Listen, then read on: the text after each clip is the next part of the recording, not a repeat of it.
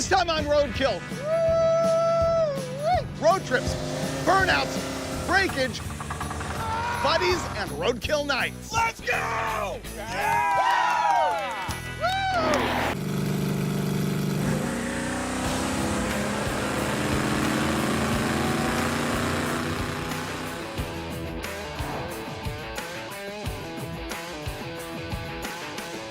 It's the Roadkill Nights episode. Our whole plan here is to drive from right here in the St. Louis area all the way to Pontiac, Michigan, where we're gonna meet up with Mike Finnegan and Dave Newbern.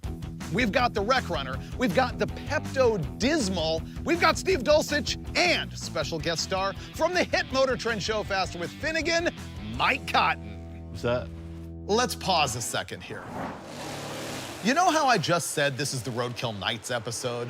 Well, that's what I was led to believe when we were shooting this episode, because if you caught the last episode of Roadkill, you would have seen that Finnegan and Newbern weren't actually driving the death metal Charger up here like they told me. Instead, I found out that it was all a ruse from them and the entire crew to keep me out of the loop as they rebuilt the Hemi Gremmy with 700 horsepower and surprised me with it at Roadkill Nights. So all of this episode right here is actually a behind the scenes from that same week leading up to the event where everyone was keeping me distracted and all I knew was that we were road tripping from St. Louis to Pontiac, Michigan to have a burnout showdown at Roadkill Nights with some of our cars. Got it? Good. Now back to the show.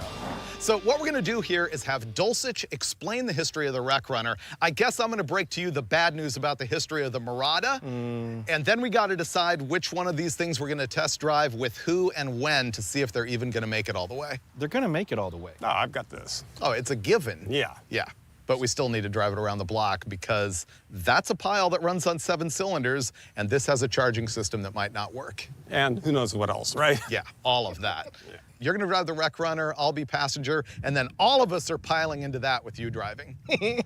I'm fine with that. I'm good. So here it is. This is the car we call the Wreck Runner. Finnegan and Freiburger bought a completely wrapped around a pole Plymouth Roadrunner, and they just butchered it together, got the thing running, and they had a few laughs with the car, and it made a pretty good episode of Roadkill. After that, the car sat around for a little while, and we decided to do something more with it. We bought a 1968 Plymouth Satellite body, and we just scalped all the parts off the wrecked Roadrunner and put it on the Plymouth Satellite. That way, the Wreck Runner kept living on. We ran a couple of episodes of Roadkill Garage, and most recently, we put a quarter panel on the back of it with the help of Chris Birdsong. So right now, we're gonna road trip it. We've road tripped it before. We took it all over Monument Valley, where the original Roadrunner cartoon series was shot. It's got a 383 motor under the hood, straight out of the Wreck Runner version 1. It's got a 4-speed manual transmission with a good clutch now, and 410 gears in the 8 3/4 rear end. That is perfectly roadworthy. What you're looking at here is a 1980 Dodge Murata, but don't look too carefully because you will only be disappointed, just like I was when we drove this thing with Finnegan on an episode of Roadkill. Here's the story. I always wanted a pro street car. I kind of wanted the drag racy style, but ended up with this, a very 1980s kind of car. We picked it up at a buddy's place in Michigan. We drove it and found an old Dragstrip, and then we showed up at the DuQuoin Fairgrounds, which is the home of the Street Machine Nationals, where, by the way, I met Mike Cotton almost exactly 30 years ago.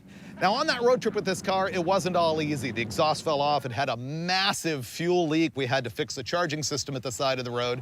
But now it's mint. Not really. This thing is hideous. It is built so poorly. It has a bone stock 400 cubic inch big block Chrysler under the hood. It's narrowed in the back and has big meats, but it's on leaf springs. And for some reason, Cotton loves this thing, which is why we're gonna stab him in it to make our road trip to Detroit. The rain's coming in, but we're gonna give it a shot. It's still really tough to shift. Oh yeah, I forgot this trans is not that good. No, but I've got a killer clutch in it now. Oh yeah? Yeah. Cool. Yeah. Let's see if it works.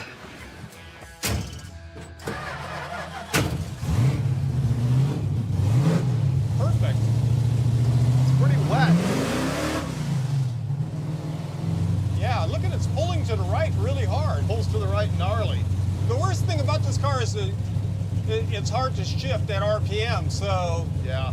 But I've got a whole new drag racing gear set being made for this transmission. Yeah. That's just going to make it shift at wide open throttle and be even more undrivable. Right?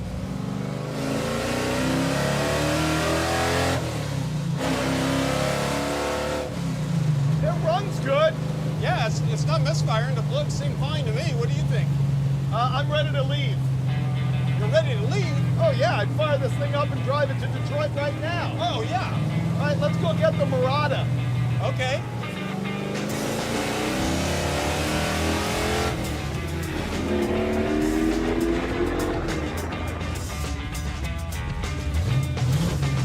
Wait till you see how disgusting the interior is on this thing. Really? It's very absorbent. Is it very sleazy 1980s in there? It's worse.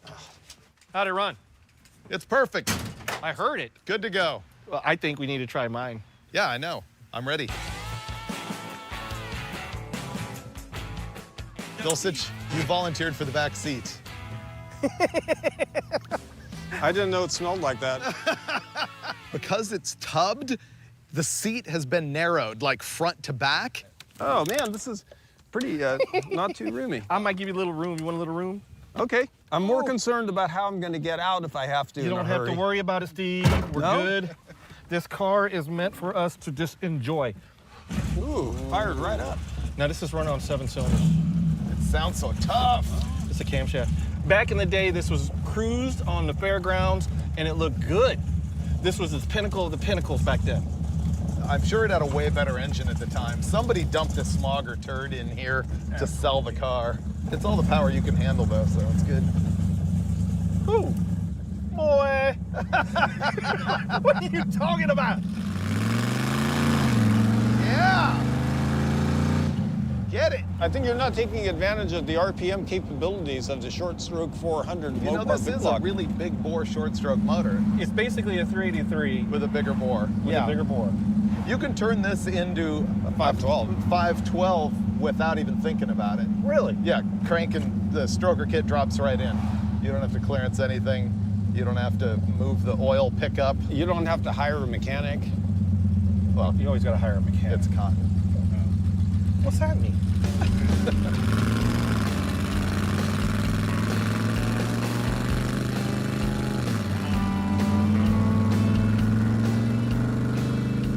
Now, this is nice.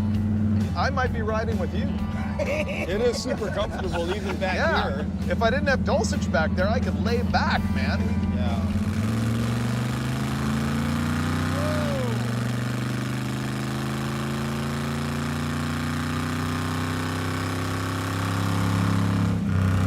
This is actually far superior to anything me and Finnegan had.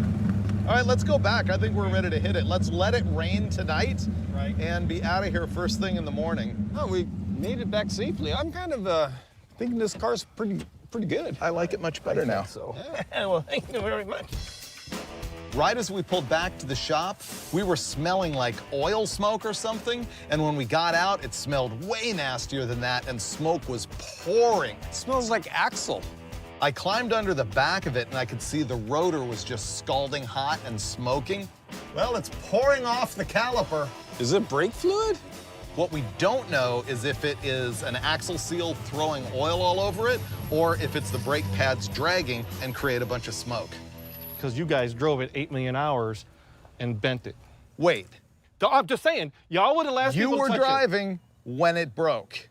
Yes, that's the rules. That's the rule. Steve, I thought you was on my side. No. All I did was fix it, polished it, and drove it. Right. You guys drove it, not fixed it. And then you got here and there was a wobbles. I had nothing to do with it. So that's y'all.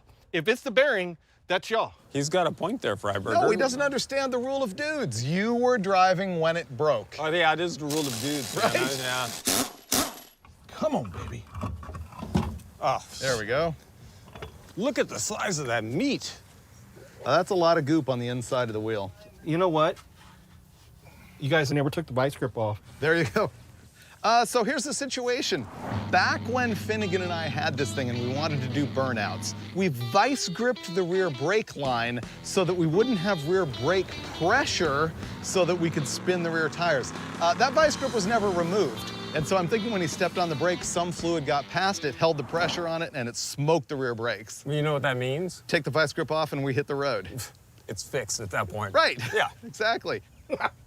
Aha. There's the perpetrator. Don't do this. Are you lecturing me? I'm telling them, y'all listen. Don't do this. It's fine now. Yeah, but I'm gonna put a little bit of brake clean around it. There's a bunch of goo on it. Okay, fine, Freiburger, let's just put it on there. That was an ignorant mistake right there, but it's real common for roadkill. Meanwhile, Cotton actually re-watched the Murata episode in order to refresh his mind about this road trip, and he never said anything about it. Once again, his fault. Fixed. Yeah. Fixed. You know what the problem is I'm actually embarrassed by my actions, and so you're my scapegoat. Yeah. That's 30 years of us knowing each other. Hug it out? Nah, bro.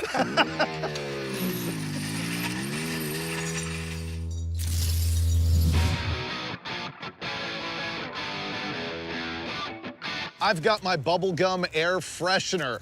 We are ready to go. The plan today is small roads, east, north, east, north, east, north until we get there. You're directing, I'm driving. Let's go.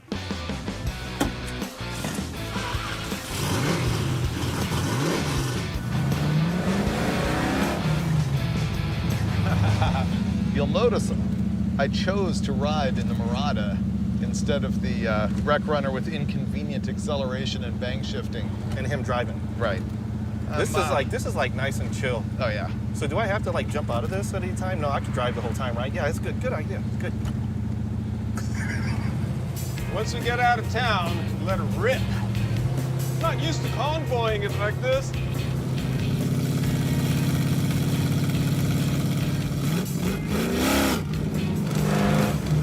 This thing is just so badass. Woo, doggy. Steve, how's the noise back there? What's that now?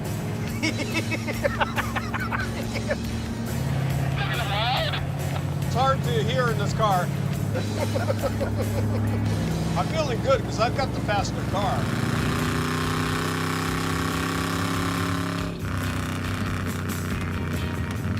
Oh, I forgot about the deceleration backfire on this. You know what that actually is? No. It's got header leaks, and it runs rich enough that as you decelerate, oxygen comes in, and what do you need to make fire?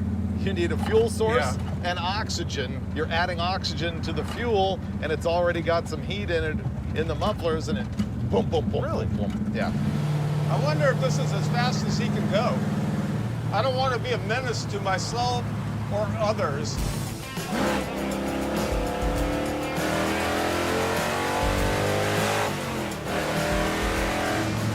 That was the dulcich. Thing sounds good, doesn't it? Sounds real good. Yeah. Look at that, was all the horsepower we had. Yeah. Oh, there, pow, pow.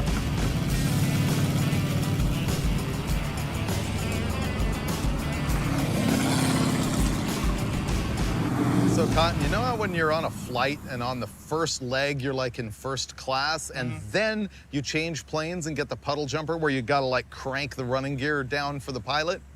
Yeah? That's what's happening to me right now. Oh, you going to him? Yeah. This is first class. Yeah. That's first class? I thought it was the other way around. Oh, this is much more rudimentary and raw and muscle car-y and masculine. Man, you're building me up, Freiburger. Yeah, I just can't ride in a pink car anymore. Oh, yeah. Yeah.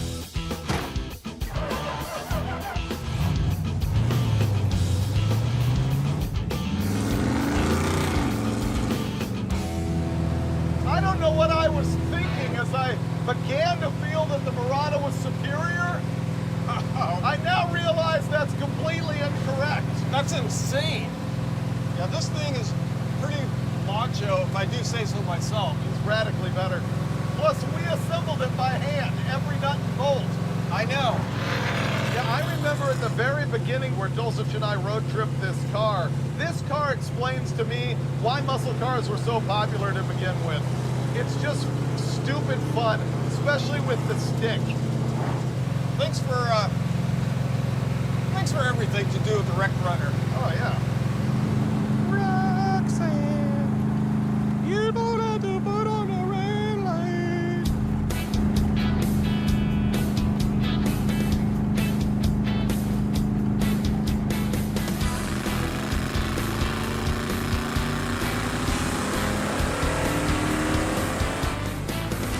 Normally, after 3,000 miles, you change the oil.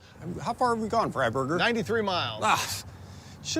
Come on, play along with me. 3,000 miles we just went, so you need to check the oil. This That's thing right. used to burn oil constantly in foul plugs, and how come now it's mint? It's about half a quart, so I'm happy with that.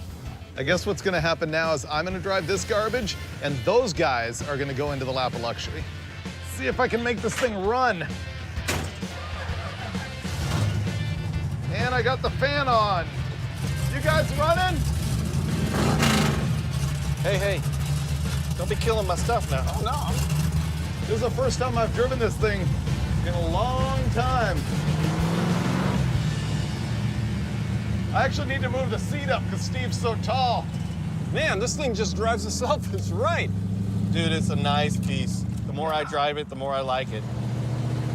Yeah, I haven't driven the Wreck Runner since Steve put 410s in the back and changed the clutch and installed the quarter panel. The quarter panel affects drivability. Have you ever noticed that the whole instrument panel layout here is like a jet plane? 8 gauges worth of circles right there. But they don't say nothing. I wonder if Dulcich is falling in love with the Parada right now. The Pepto-Dismal is actually growing up in our eyes. Wow, this road is sketch-y for this steering. Hey, Dulcich. Yeah. The Wreck Runner steering is really bad on this road. Yeah, I'm not surprised. It's not good on a good road. Yeah, so it's way worse. How's the muffler dragging going on the Murata? Are sparks flying? Nope. No way. This car is almost perfect in every way. Every way.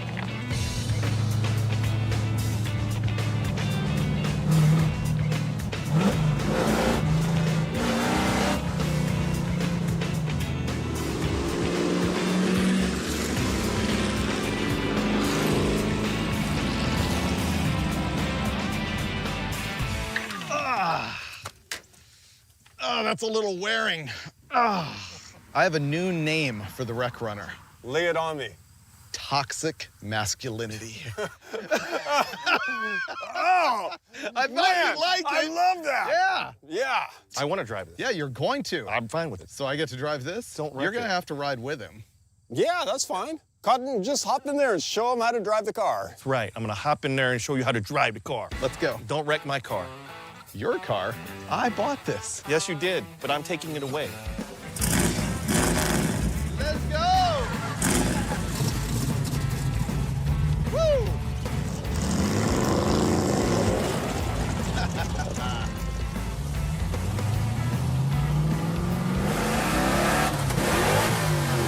I missed a gear. Oh, there he goes. He's on it. He's driving it into the ditch.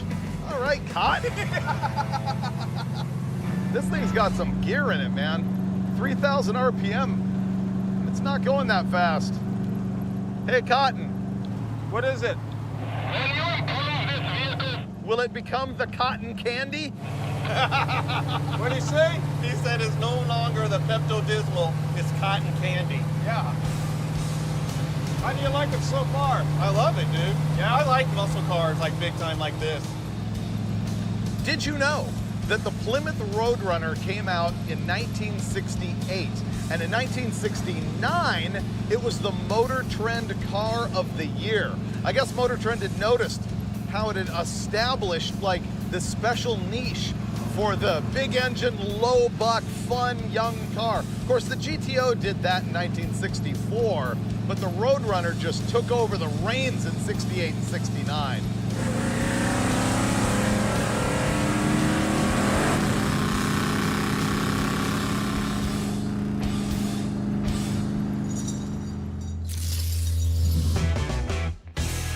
morning, Director Brad has brought us directly in front of the courthouse. I don't like being here. Yeah, I don't like being in this spot. should probably get out. Yeah. Anybody have a coin? I'm gonna flip a coin as to who I'm riding with here. Oh. I will flip the company credit card. This is for me, passengering. What are you talking about? If it's heads, I'm going pink, and if it's tails, I'm going wreck runner. Pink. Tails, wreck runner. The first time I lost ever. Told you it Yep. was a credit card, that's why you lost. Wait, you lost? Oh, I won. No, actually I won. Well, let's get out of here. I don't want to be here no more.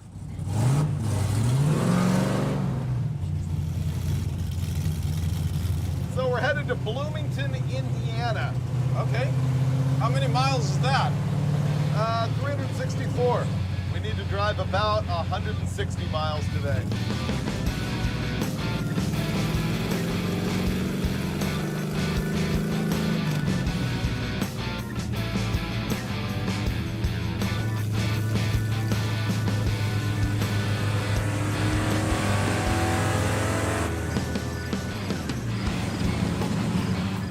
Wow. Dude, we were just talking about this. You don't see these, man. No lie. Like, we're at Cotton's place, and he goes, you know what I really want these days? I want a 60 Chevy. Boom! Came around the corner, and there's a 1960 Chevy Biscayne, my favorite trim level. This is not bad. $6,000. I don't think it's a bad price at all. No floors to speak of. That's okay for me. Floors are optional. Wow. This is cool. There was a time I wanted a 59 real bad, No. and the 60 has got the look. Should I check the hood? And 6-cylindro. I can't believe we're talking about it. We come over the hill and it's like, Like, no way. it's like you manifested it, Cotton. That's what I do. Go talk to the guy. Figure it out. You need this. All right, give me a minute. Let me go talk to this dude. Don't screw this up or I'm gonna buy it. I think we're ready to got him on the hook. We just totally made that happen. The dog's yelling. There's a Shetland pony coming over here. Bro, I'm telling you this now. I just saw Cujo the size of 8 foot tall come over there. And I am not. A pony? Go ahead, it's a Shetland pony. Dog. Hi, dog. It's a big dog. Hi, dog. That's right. Stay with them.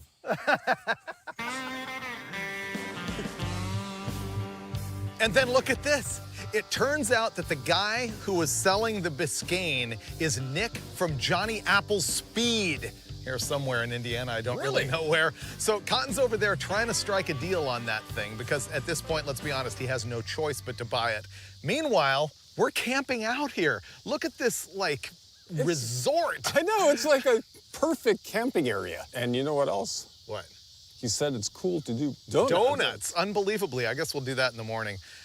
Before it gets dark, we gotta set up camp, and then fireworks.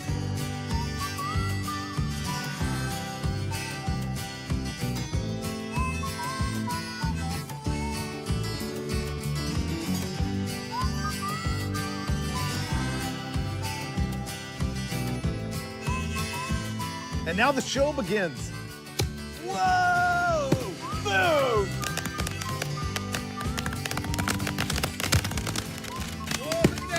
Yeah! Yeah!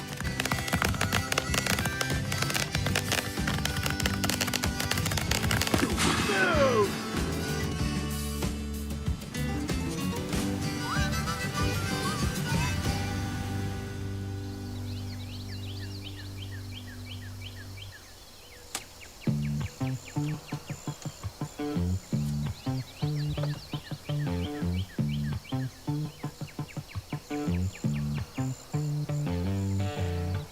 This is a bad idea, Brad. Brad, it's a bad idea. Because I'm telling you right now, if I have to ride with him and he's mad, I'm punching you in the forehead. He'll be fine. Have you done this before? Oh, yes, I have. And what was the outcome from before? I ran away. David! Oh my God! Oh, right in my ear. I don't know what he did. I wasn't part of it. They got you on camera, Cotton. I was over here the whole time. Go look at the camera reel. It'll show I was over here. Cotton Did not pulled do the sheet nothing. back, and then he poured the water on your head while I tried to talk him out of it. You did not just Yes, I say did. that. You did not I just say did. that. That's a lie. Here we are. It's Indiana.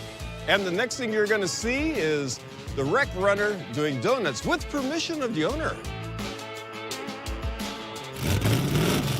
What you got for me, Cotton? I got more of an exhaust. The only way this car's doing a donut is on wet grass. It is, that's it. Where's the speed, Cotton? There you go. You're starting to pick it up.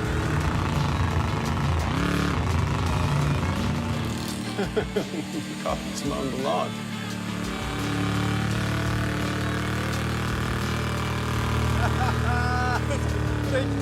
Uh-oh, don't get us stuck. I'm not getting us stuck. This is weak. What are we talking about? We're in the pink Pepto-Dismal. This is about as much as we get. We ain't no Steve Dosage.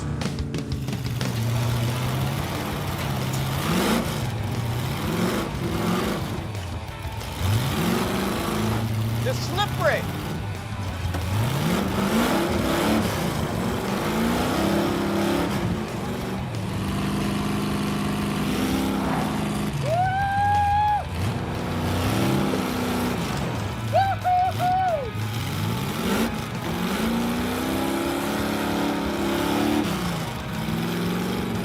That's what I'm talking about, baby.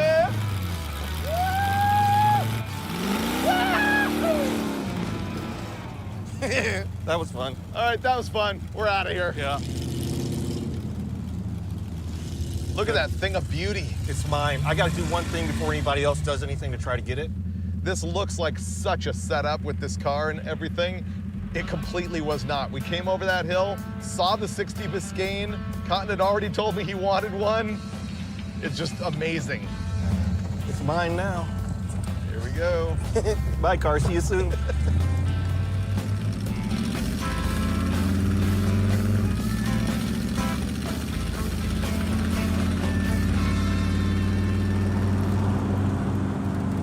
You feel a bunch of grass flinging off the tires in that thing, Steve? That's not surprising. Steve is just majestic in that thing, right? It's his hair. It's like Thor. Thor. It's like his hair. Yeah.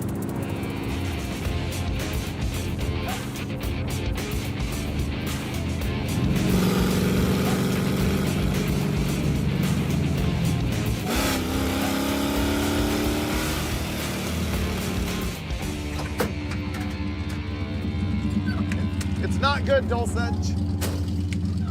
That's a rod knock. I can smell it from here. That's hairy. So here's actually the worst part of this situation. We raced a Prius on the highway and lost. I was right behind you. I Yeah. saw the whole thing. It was embarrassing. Because we were rod knocking. When we were blasting down the highway, we literally ran a Prius a little bit. It was like a fan who saw us on the road. And now this thing sounds like it's rod knocking. It's over here. So we're gonna throw some motor sauce in this thing and cross our fingers and drive it until parts are hanging out and hope it doesn't hurt the block. That's bad. Cotton, Huh? what did you do? Huh? You were driving. Huh? Put a tag on it, and this thing is going to the morgue. This is some thick goo-boo-goo. Man, why you blow up, car? We was doing so good. I'm gonna blame Steve. Oh! Whoa! What? What was that? That was payback is what that was. Because you may not realize this, but it's not Steve and Cotton who wanted to spray me with water. It was Director Brad. Handled. It's not that good in the ear, is it? All right, it's all fun and games splashing the crew, but we're gonna find out if we fix the rod knock with the pour-in sauce. Ready? Yeah, go. Oh, it's even cranking slow. There we go. No, the thicker oil quieted it down, but that's coming apart. Right now, Cotton might just want to say a few words and we shut the hood. Really? For real? Unless you want to keep it as an open hood ceremony. All right. It is not fixed. Let me handle this. Let's see. Right there. Man. So it's junk. Cotton broke it. We're gonna figure out how to put it on a trailer and figure out how the three of us are gonna get all the way to Pontiac, Michigan. Aw, unhappy face. I'm Wreck-It Ralph. I'm sorry. Break everything. It has to suck to be Freiburger because we're riding in style in the Wreck Runner, and he's got to get into some stupid SUV and drive all the way to Pontiac? Well, I did blow the car up. So now they're heading there. Dave's got to take care of that. We're going to get on the road. Gonna get wet. Bye, guys. That's payback, man. Enjoy your boring ride, David. In the AC. See you guys later. Did you get wet? Oh, damn straight. I got wet. Well, let's make some time up, man. You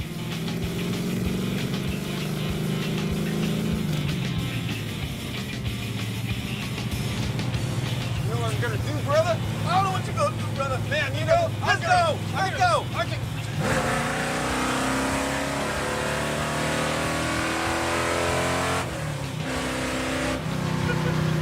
I'm gonna lay down some RPM. That's what I'm gonna do. I love me some Roadrunner. I do too.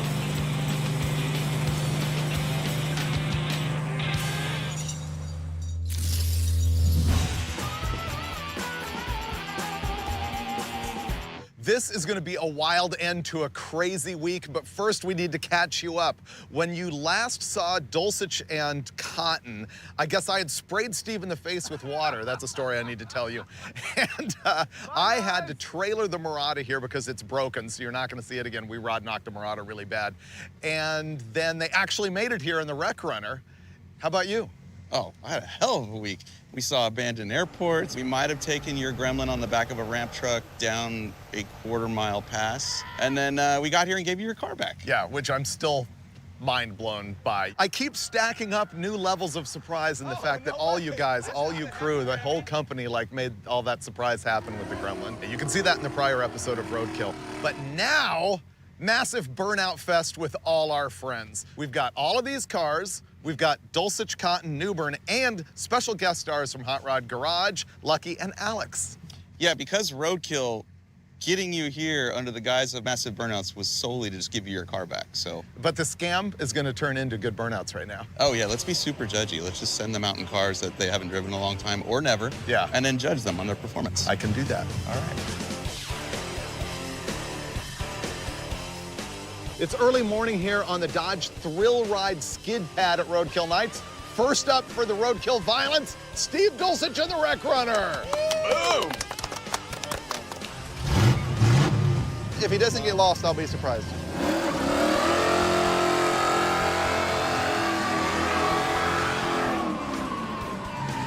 Nice entrance. There we go, all right. Now we got smoke. There it is. Whoa, this is excellent smoke. How long do the motor pops? I wonder if he turned the fans on. It's pouring fluids. It's pouring fluid. I wonder if his fan's on. Is it Turn dumping your fan fluid? on. It's dumping fluid? Yeah. Wish I remembered to turn the fan on. The performance was about a 6, but the hair's a 10, so I'm gonna give him an 8, you know? You could call it amateur mistakes, Amateur but mistakes. I did not turn the fan on. I turned it on when I saw 230 on the temperature gauge, and I was like, oh, the fan must be off. But anyway, it was pretty fun. 2:30, I'm running late. But who's next? Alex. Oh, my goodness. What are you driving? I'm driving the Crown Hick. This whole car was built on Hot Rod Garage, and in case you're unaware, it's on a Crown Vic chassis. Correct. Crown Hick, one of the greatest project names. Yes. It handles like a dream. It's awesome. That sounds good. We got little teeny tiny tires. Oh, hello. Wow. That thing makes really good smoke. Heck yeah!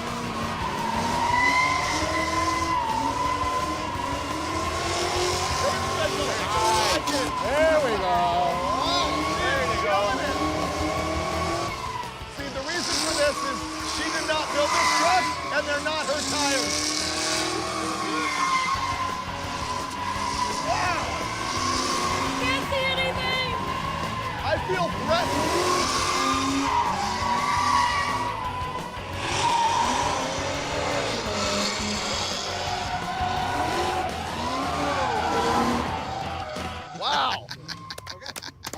Nice. That's a golf clap. That poor truck. You get golf claps. Golf claps.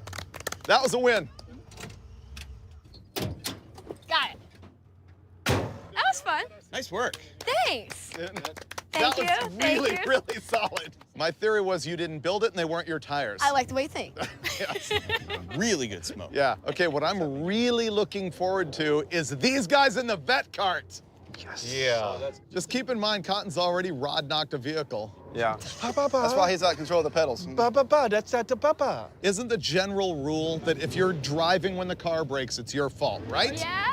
Remember, what they're doing here is tandem driving. We've got 12-volt Dave handling the gas and the brake, right? Bang, baby. And then we've got Rod Knock Cotton steering. That's a good name. Rod knock Cotton. We just took a vote. It's on you.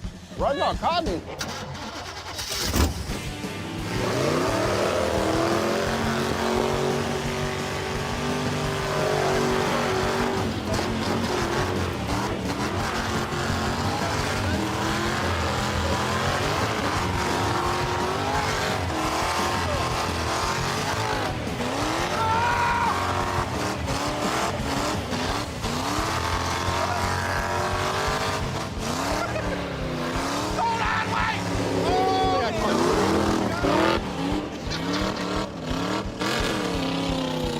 Oh, went for third. That's good.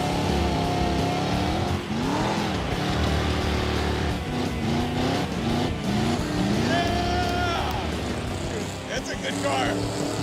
They're not messing around. Look at Alex. She's like, I might lose. The look on your face. Yes. That was good. That was amazing. That was full on double throwdown. Oh, that was awesome.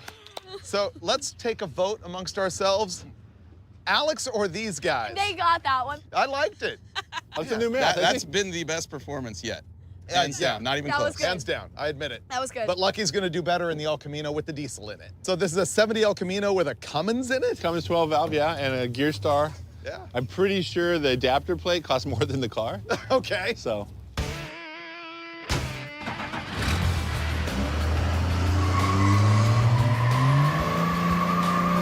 Is this what the ramp truck sounds like? Oh, yeah. There's some good smoke going.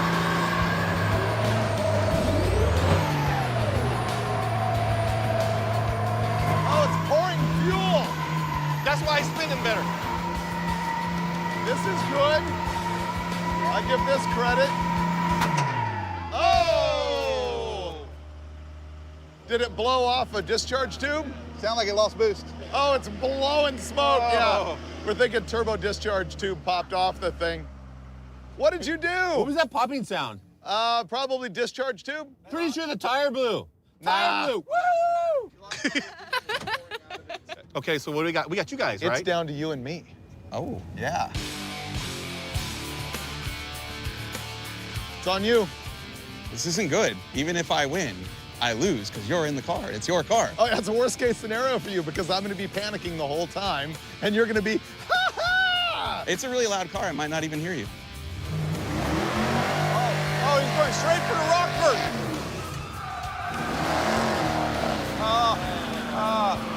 Didn't quite execute.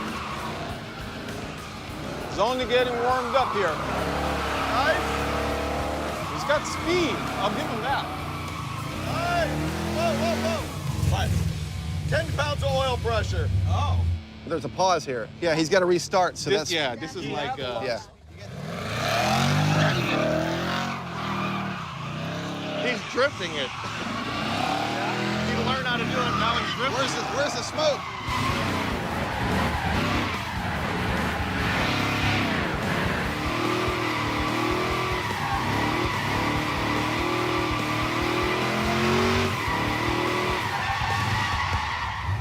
Sorry, I really don't want to blow up the engine. It had no oil pressure. Oh, I'm glad you're watching. Yeah. Weak. No smoke at all. Yeah, that was. What? They're gonna come bring the crusher, but they're gonna say, hey, we need to take the crusher. This car is too much valuable. We don't want to blow the quarter panel. That was awesome. Yeah. For a while. You know what was freaking me out? I actually made him stop. It's all on me. We were 10 PSI when he was doing those donuts. I said that. You came around, I was like, excuse me, have you seen my oil pressure? Exactly. I think it's possible it has such a bad pan, it's just a stock Mopar pan, that even with the AccuSump, it's way out of the way. I use the AccuSump and then it drops down. And then you know what happens at your motor if you do that? Yes, I do. Knock, Whoa. knock. Boom. Knock, knock. Oh, Who's there? Mike Cotton. Cotton. All right, we're gonna try the Crusher Impala now, and hopefully it doesn't do the same thing.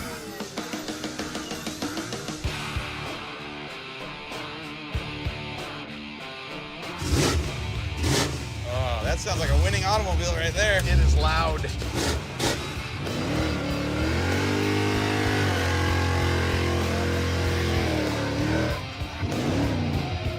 Oh, man, that's a lot of body roll. Oh. See, they're having to reset again. They've already lost control. Little more brake drag.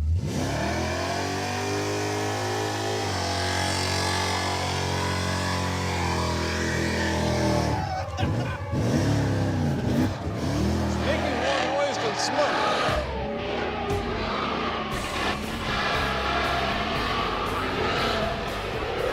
I thought this was a smoke show. I thought it was too.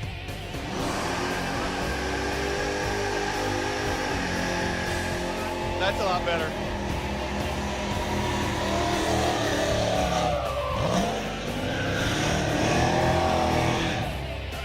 Oh. The power steering doesn't work. I was heading for the barrier. It's unsafe at this point. I can't steer. So I think Newbern and Cotton win. Oh, 100%. We got roadkilled. What happened? I don't know, but I'm pretty sure you dudes won this whole deal, man. Oh, yeah, this is fully a Newbern and Cotton win, in my opinion. Nice work. Yep. Nice work. Nice work, guys. The least amount of horsepower and the biggest tire. 100%. Took the win. Two people though. Teamwork here, folks. That's what it's all about. So Cotton and Newbern had the best burnouts, but we gotta give credit to Alex Taylor. That was amazing. We went on to have an awesome time at Roadkill Nights. This was truly one of the best weeks ever, between getting the Hemi Gremmy back and just having a great road trip with friends. But the real winner here is Cotton. At the end of the event, with all of the goodwill going around, I decided that since he had so much love for the Murata, he should have it. And in true Roadkill fashion, it destroyed itself as he was towing it home on a dolly. It turns out none of us noticed that the brakes were sawing through the wheel and it came apart. I heard a pop. You know what a pop means? It ain't good. That is the axle on the outside of the freaking rotor. It sheared everything off, so I've been roadkilled. Luckily, no one was hurt. And when Cotton gets it fixed, maybe you'll see it again here on Roadkill.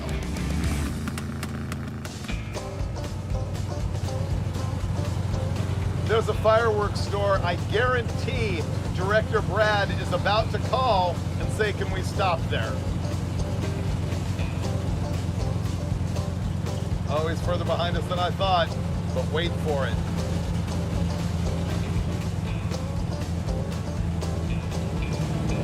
Hey, fireworks store, can we stop, guys? Told ya! This time on Roadkill, we rescue a Junkyard 1957 Chevy after sitting in the dirt for 4 decades and take it right back to where it came from, the Junkyard. If it breaks down one more time, I'm gonna leave it there.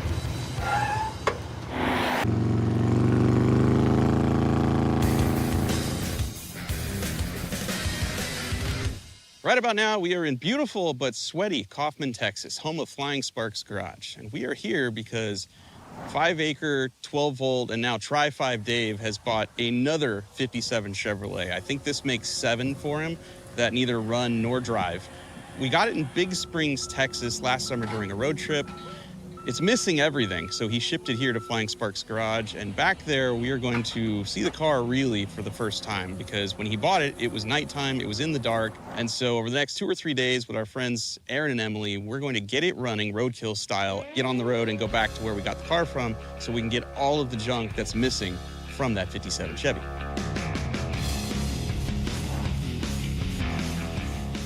Well, long story short, I ended up buying from a guy named Dickie Jones, and the goal for this week is to get it running after like 30 years. I hadn't really seen the car in great detail, so hopefully in like 2 or 3 days we can stab a motor and transmission in this thing and I get it on the road. It looks better in the daylight. It really does. In the dark, you really couldn't tell how straight it was. It's not bad at all, dude. No. I mean, yes, it's missing lots of things, but overall, yeah, minimal patchwork in the floors there, considering it's not missing the whole thing, but... If it was good enough for Fred Flintstone.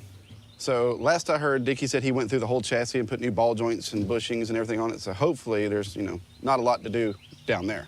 Shove a motor and trans in it, drive shaft, and go. Dude, you can tell he worked on it. Look, he's already installed the steering wheel and the power windows. Oh, nice. Yeah. All right, why don't we push it inside the shed? It rolls, that's a good thing. There we go. That looking good. Perfect. You guys know Aaron and Emily. They've been on Roadkill before, a bunch of times, actually. Handful, yeah. And they were kind enough to let us invade the Flying Sparks garage. We will have this thing running in no more than 10 or 12 days. Like, none of this is rotten. No, the firewall, untouched. When we bought this car, I didn't even look in the trunk. And there's just random parts in here. But luckily, I have all the years, so this will fit something I own, which is good. Oh, that's sweet. And the steering wheel, right? Steering wheel. That's the horn. Sick. On back. Perfect. Tell me about the engine. So here's our small block Chevrolet. I pulled this out of my buddy Brandon's C10, and it's complete. I left everything on it. Carburetor, it's got a 4-barrel Holly on it. The alternator, the belt, the fan, everything is complete. We should be able to drop this in the 57, put the distributor in, and fire it up. The trans, it's a Turbo 350, it has a shift kit. This thing's got a small camshaft in it, dual plane intake. Hopefully, you know, we can do some burnouts.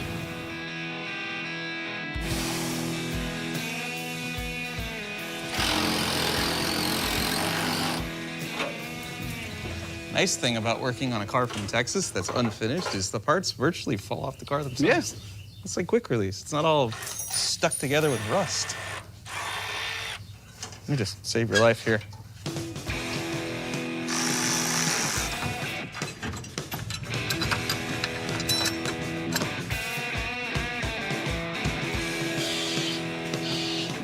Coming in hot.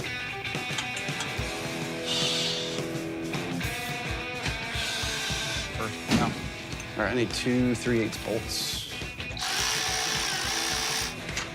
It's sliding. Ooh, it's gonna come off. Is it? Yeah. All right, hold on. All right, go back, if it'll go.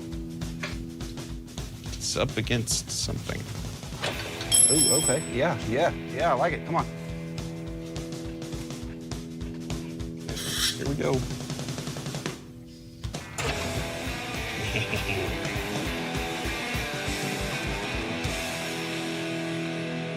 We were gonna just use a ratchet strap and or a chain to hold this motor, and then it occurred to me, might as well just start to build out with some quality and make a motor mount for this side of the engine, because we only have one. And without the other one, the fuel pump sits on the cross member, which is no good.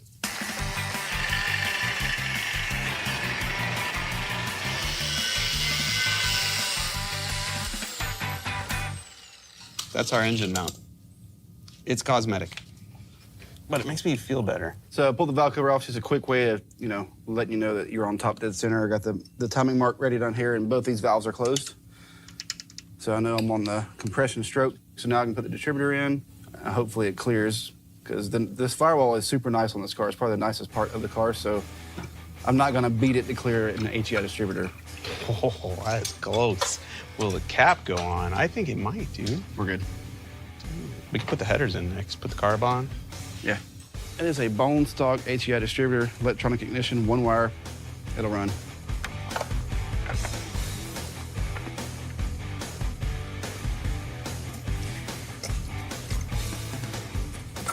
Nice carbonator.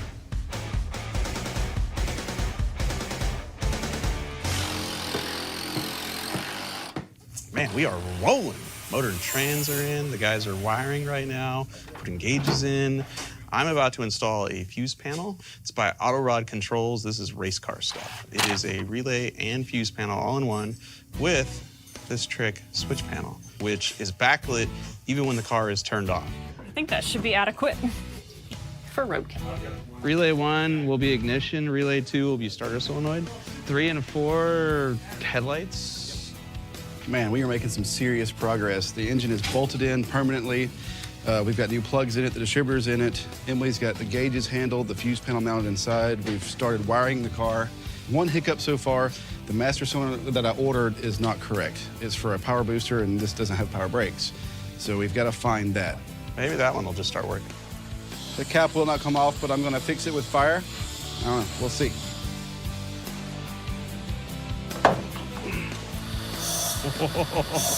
It's an archaeological dig in there, dude. Like new. Does the pedal move? Of course not. I think we should fill it completely and let it sit overnight. I'm gonna call this the most successful day one in the history of Roadkill. Really? Yeah, that car was outside without a motor, and now it's inside with a motor and a transmission and gauges and a switch panel and a fuse block, and nothing's on fire yet. So, complete success. Tomorrow we make it run.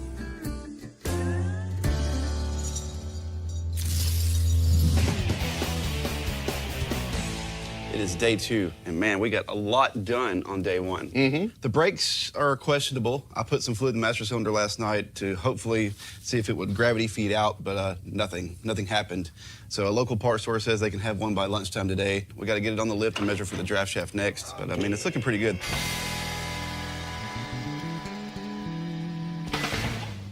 It's time to measure for the draft shaft. I ordered a complete kit from Summit Racing. It comes with a longer tube, the yoke for the rear, the slip yoke for the trans, everything you need. All right, I'm on the center. 53.5. So now we will take this, drop this off at the draft shaft shop, have them cut and weld it and balance it. This car does not have a shifter, so I'm putting one in, and I'm taking advantage of the fact that the car's in the air right now so that I can put the cable mount on the transmission. Well, it's bone dry, which I'm not surprised. So now I just want to put some fuel in it to flush if there's any rust in there, which I know there is. I got the fuel line disconnected from the tank back here, and I'm certain it's got to have something in the line because it's been open up front for 30 years. So I'm going to blow some air through it. We've put some brake clean in there, and hopefully any trash that's in there comes out. Oh, he's right here. Oh yeah, watch, I'll clog it. So that's clogged, do it again. Oh yeah, dirt's coming out, dude. Do it again. I feel good about it. We'll have 3 filters. Our master cylinder has came in. It looks to be the correct one. We're about to find out. I'm gonna hook up the brake line, and then once I put fluid in it, we'll try and gravity bleed these fronts just to see what happens. That'll tell us if the rubber portion of the brake lines are okay, which I'm assuming they're probably not. Thanks for giving me a job, Noobs. Of course. All right, hold it. Holding. Good news, 3 out of the 4 wheel cylinders are actually functioning, but we are getting air out of 3 of the 4.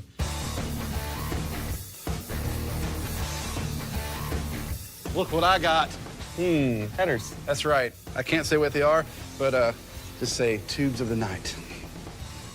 Stole my joke. Keep going.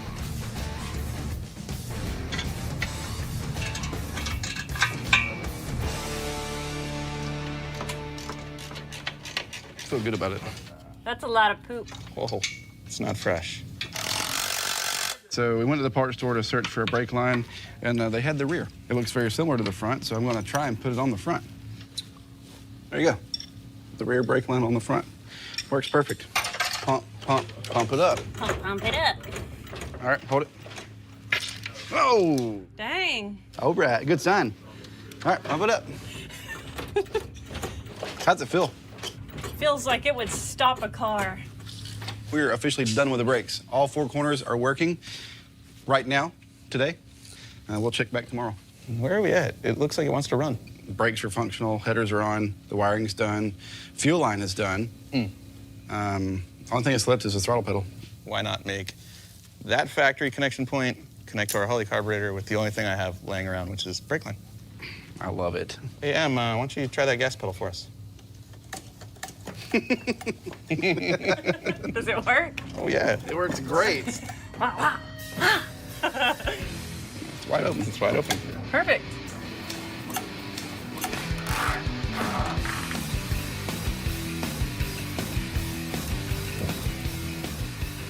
All right, it is time to put the wheels on the 57, and these may look familiar, what it was rolling on. These are off the vet cart when we took it rally racing. These are just to roll the car around because it didn't have any wheels and tires on it when I bought it. So we're gonna ditch these and install a set of Rocket racing wheels. These are 15x4s on the front. The backs are 15x7s, I believe. I guessed on the back spacing. Rear tires are a BFG 255/70/15. Front tires are a Mickey Thompson Sportsman, you know, a little skinny. I like the pattern, that's why I went with these. They look kind of old school, nostalgic. So right now we're gonna mount them. Oh boy.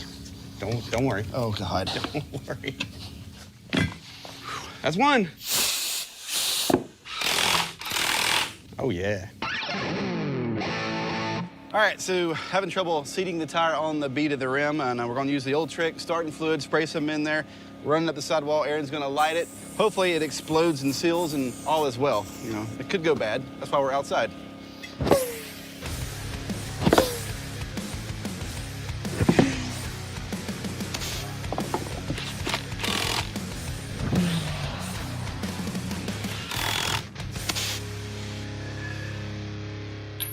I see hoses, I see wires, I see an engine. Newbern's laying on the floor. I'm ready. Okay. And give it a little air, just a little. There we go. It's alive. And we have oil pressure. Give me some timing. Don't run it too long because there's no drive shaft.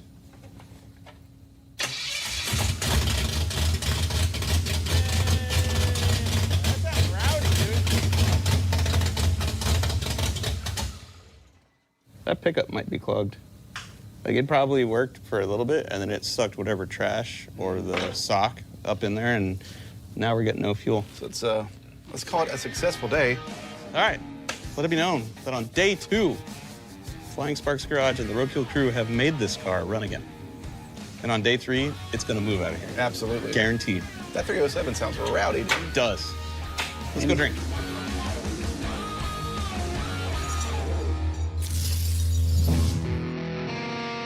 Well, it's day 3. The build's going good. Day 2, we got a lot of work done, and it culminated with a pretty severe fuel delivery issue. And when we got into the shop this morning, I think we found the source of that fuel delivery issue because it's right there on the floor.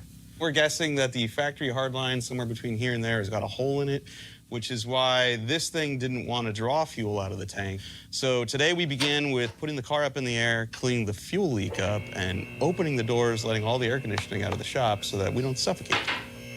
One spark and we might actually lose the shop. It is very rusty right there. Let's just run a rubber fuel line from the front of the car all the way to the back of the car and bypass all the rusty fuel line that's in here.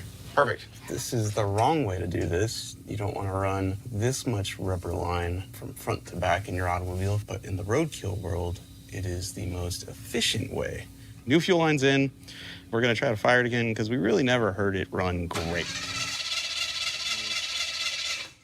We're either out of gas or the pickup is also clogged.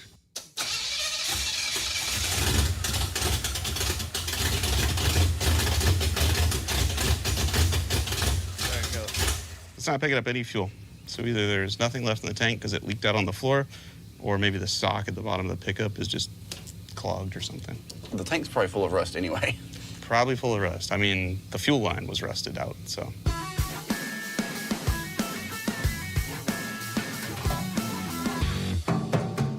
Does it have any cracks in it? It's got stuff in it. It's probably water. That should work. Well, look at that.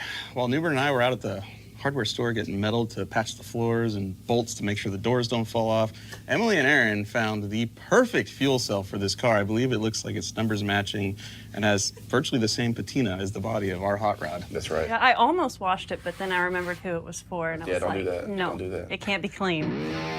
All right, so a couple of ratchet straps, run a hose from there to there, barb fitting, and we can once again try to start the car. I'm gonna put the drive shaft in. All right. Sweet. Man, look how pretty it is. So we know it's gonna be good.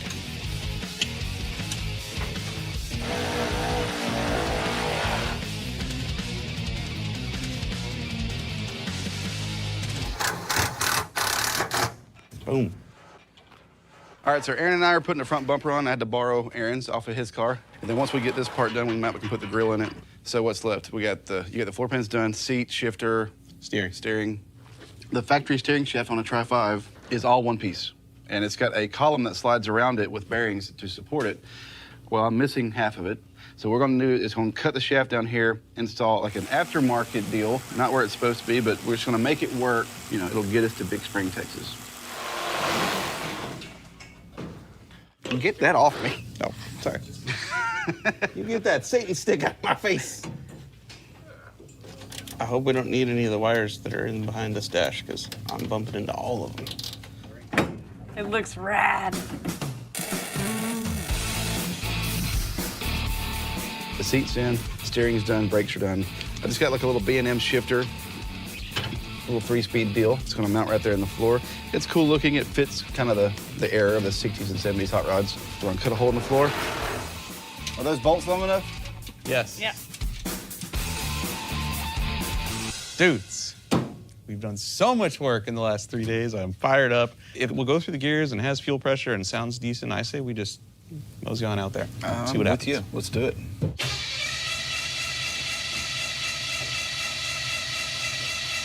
Filter still dry. Let's bottle feed it a little bit. Okay, here we go.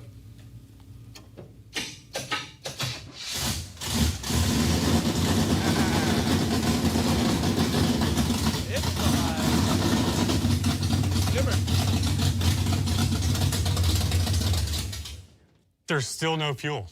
Why did it die as soon as I put it in reverse? Yeah.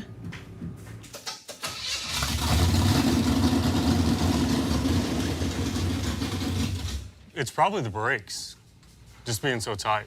We're having this weird problem right now where when he puts it in gear, the motor shuts off.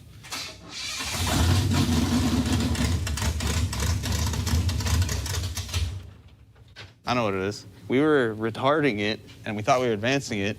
So when you go and put it in gear, it wouldn't take the load, and it wouldn't run. And So right now, we're having problems timing this thing. It's acting really funny. When you put it in gear, it dies immediately. So we're gonna pull up top dead center again and make sure the rotor is, in fact, pointed at the #1 cylinder. Again, intake valve is opening.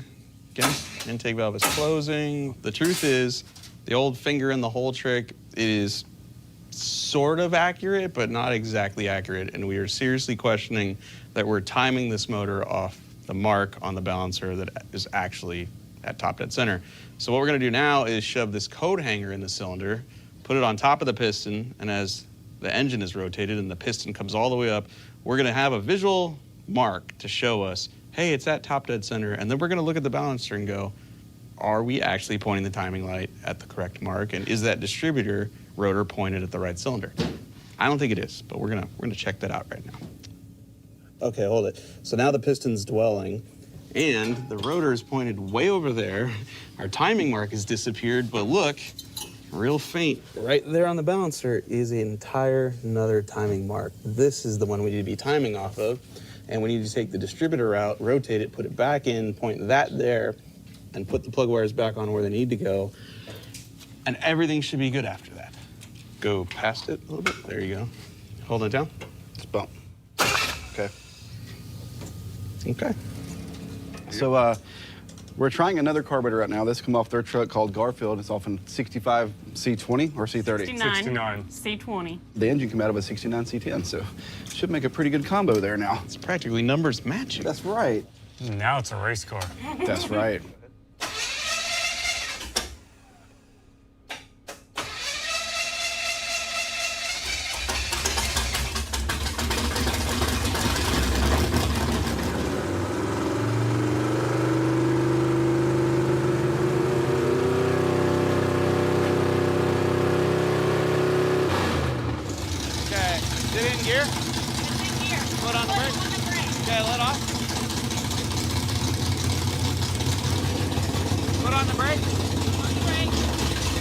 That's weird, dude. All right, cut it off. All right, it revs better, sounds better, but we still have this issue where when you put the trans in gear and step on the brakes, the engine slows way down and wants to die. Newbern's pissed.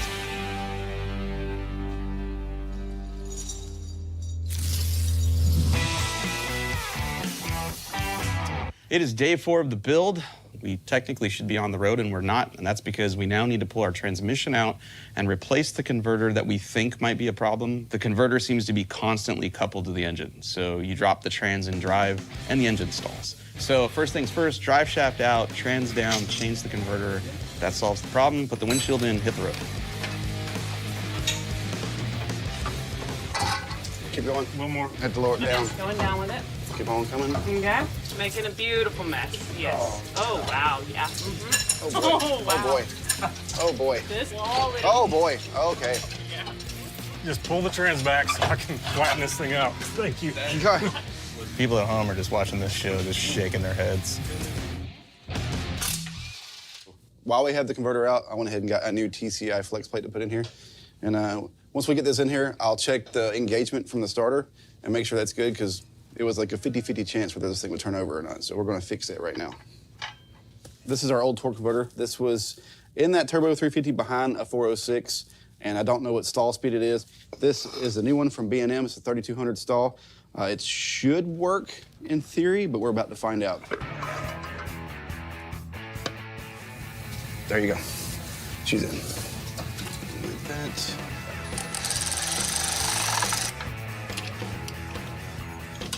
Okay, we need a drive shaft, and then we need a test drive. 3, 2, 1. Nice. Time to go down to Funky Town, or the street to break down. This would be carburetor number 3. This is a quick fuel, vacuum secondary, 650 CFM carburetor. It is a 4150 style carb with cathedral bowls. We're hoping it just runs and works, and with our new converter, the car doesn't stall anymore. I see fuel in the filter. I see fuel. Oh, it's coming up. All right, all right, all right. Fuel in the bowls, go ahead. All right, ready? Yeah, man. Aww.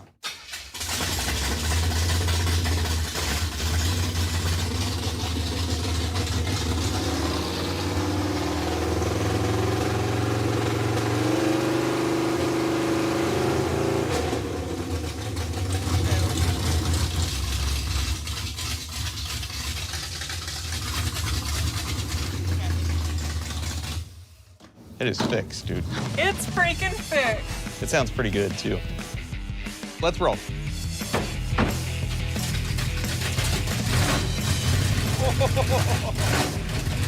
That is sporty. It's moving.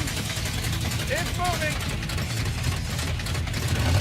Good. Sounds good.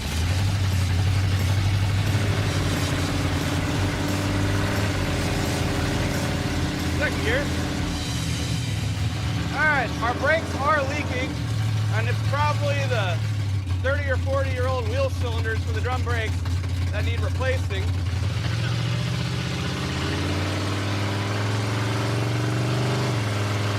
Second gear.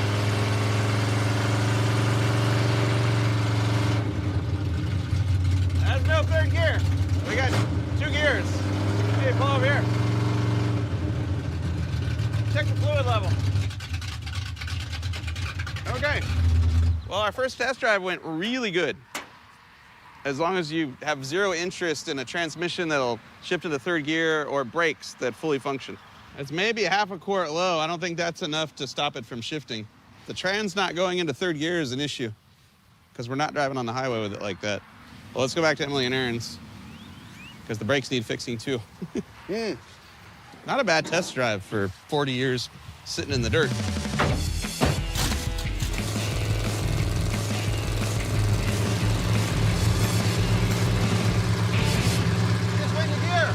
That's weird. Now we got third gear. Yeah. All right. So then fix the brakes. Yeah.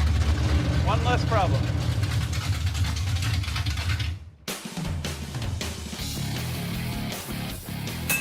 There it is.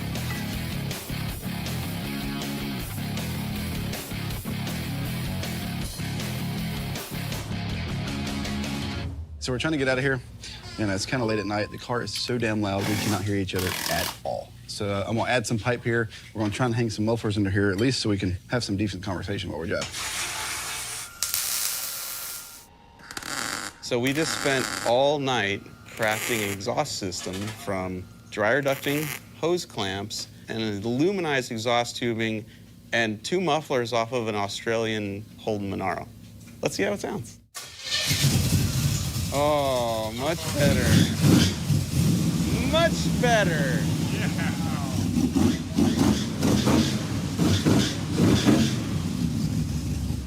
Success! It sounds quite good. It's got a little rumble.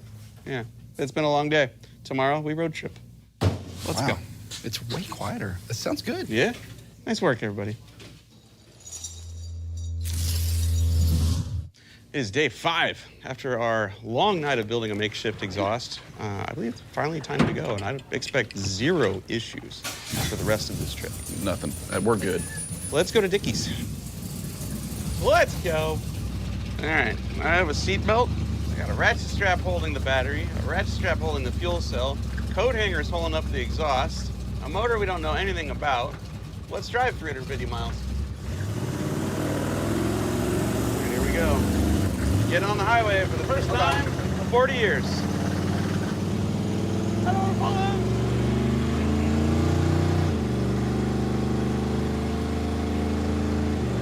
All right, that is 53 miles an hour. This thing rides good. Yeah, man. You can't beat American craftsmanship from the 50s. Look how solid this is, you know? Yeah. Oil pressure is good. The volts are good. Water temperature is great.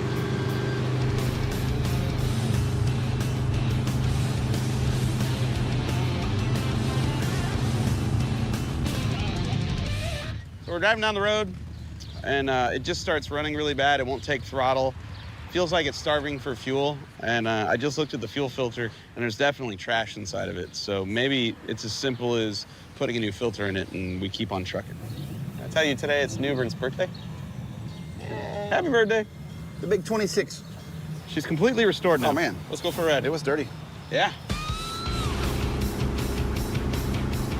Pretty sure that was just a clogged fuel filter, which we just changed in the parking lot. Seems back to normal, right? Yeah. Engine's running, doors flopping. Let's go. We've got another 300 miles to go today.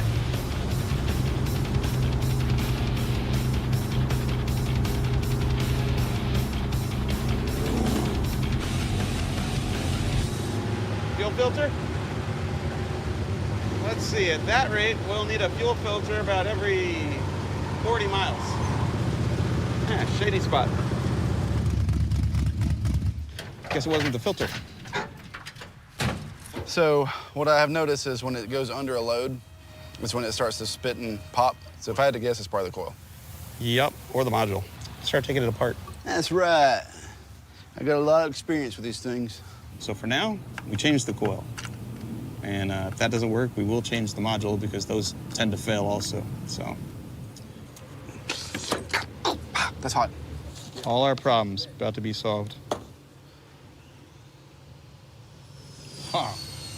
Good shot. Fell right on there. Woohoo! Try and fire it up. Ignition.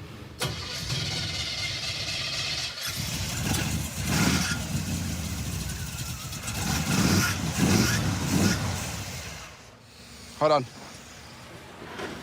Okay, it's definitely not fuel. Let's put a module in it. All right, well, obviously the coil didn't fix it, so now we're gonna undo everything we just did, remove the coil, remove the cap, remove the rotor, and underneath the rotor is an electronic ignition module. This is a high energy ignition distributor. The coil, the ignition controller, everything's built into it, no external boxes, and those things die all the time from like vibration and stuff, so. I'm gonna go with everything we did added some sort of positive measure of success, and then it just decided, you know what? These boys have worked hard enough. It's 90 degrees out. Let's just clear up and run. See? Look at that. Yeah, it sounds better. Right?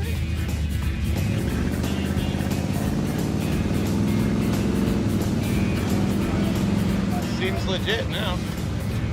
but for how long?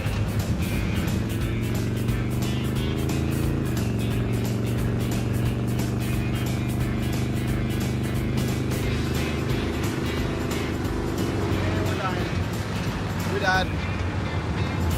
Oh, that was brief. All right, well, let's put a fuel pump in it. Yeah, I don't think there's much fuel in that filter, and it's just kind of spurting into it. It's not pumping, man. So far, everything we've tried has not worked. Now we're putting a fuel pump in it. This pump is different than our old one, and now our fuel line won't connect to it because that is not the same thread as that. Now we need to go to the parts store again. Happy birthday. So we went to the auto parts store, found the fitting for a fuel pump. We also bought an electric fuel pump just in case this gives us problems. The issue we have now is the fuel pump push rod has slid down inside the engine block and is now laying up against the side of the block. It should be pushing here. The rod is down here. So this can't go in to cover up the hole and allow us to install an electric fuel pump and bypass all this. Can you give me another screwdriver? I just pried it up. All right, good news. I got the fuel pump push rod to go back up in the engine block and it feels nice and smooth. So now Newbern is gonna attempt to just fill that cavity with silicone. And It's so damn hot, this doesn't do anything. all right. We're giving up. The motor is so scorching hot, it won't stay up in there. We've tried everything. We're gonna cut the arm off the old fuel pump, bolt it back up there as like a fuel block-off plate because we couldn't find one at the parts store, and we've got an electric pump, we're gonna put that back on there, so. The push rod will be off the cam lobe. Yeah. No danger there. And we'll be able to get the pump on there, cover up the hole so we don't have an oil leak. Electric fuel pump that we know, well, we assume should work, and we're out of here. This is a decent solution. We don't have any power tools, but we do have a fence and adjustable wrench. I just need to figure out the right way to place this in here. What I'm trying to do is break off the pump rod. Once that's out of the way, we can bolt this to the block, and it doesn't matter that the push rod is dropped down here and is in our way. All right, well, Finnegan is trying to block off our original fuel pump. I'm gonna put this little inline deal right up front, which is not ideal. You want it as close to the tank as possible. I'm gonna wire it into my headlights and pray that we get there before dark. Boom. I think we're good. I think she's sufficiently mangled. All right, I got the rest. Fuel pump? Flow this way. I got the hose ready down here. That's all that stands between us and the open road, but connecting two wires, power and ground. We're gonna steal it from the headlights. All right, why don't you hit the button? We'll see if fuel goes in that thing. Okay.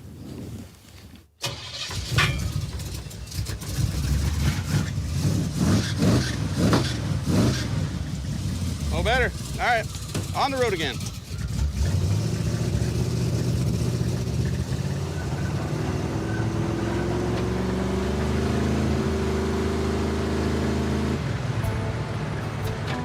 What, it shut off? What? Dead. It's gotta be electrical. I don't get it. We changed the fuel. It ran great for a second. Driving up the road, shuts off. Like we've turned the ignition switch off. So now we are going to bypass this fuse panel down here, go straight from the HEI distributor straight to the battery, and, you know, see what happens at this point. If this doesn't do it, I'm taking the distributor out of this thing. Let's go one more mile.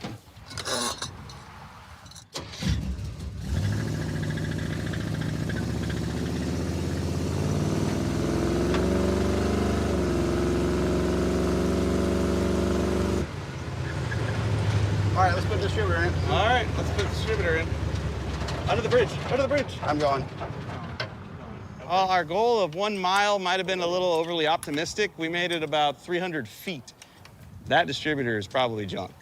And either the pickup's gone bad or something's happening, but we're gonna replace it right here, right now. And hope that solves our problem. Because at this point, I think Newbern's ready to push this car off a cliff. I'm taking it back where it belongs. Just throw that thing as far as you can. So this is an off-the-counter HEI distributor. It's a little better than stock. It's part of their Street Fire lineup. Yes. It's definitely better than stock. Ready to bump it? Oh. Okay.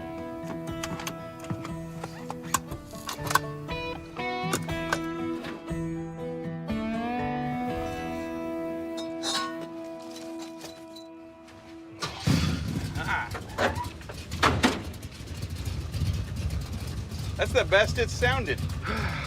No more hesitation. Well, except for that little one. Yeah.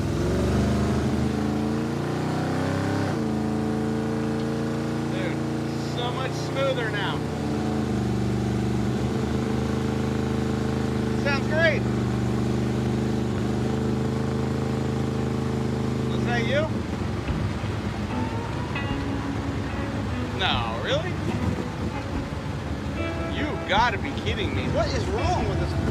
There's literally nothing left. We have voltage, and it just shut. Wow. Now there's no fuel in the filter again.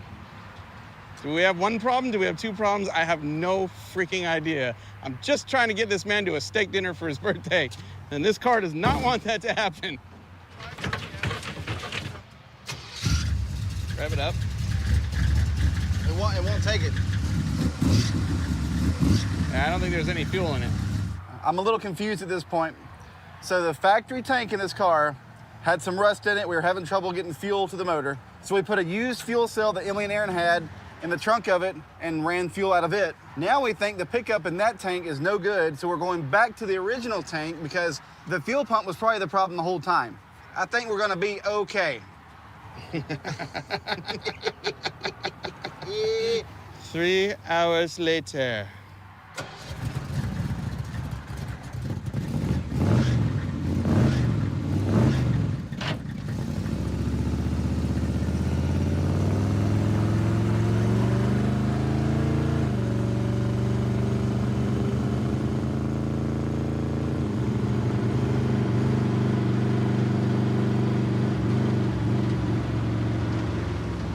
I'm just kidding.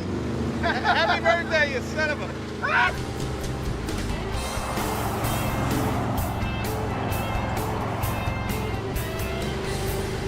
It drives good. It rides good. Like, Yeah, it does.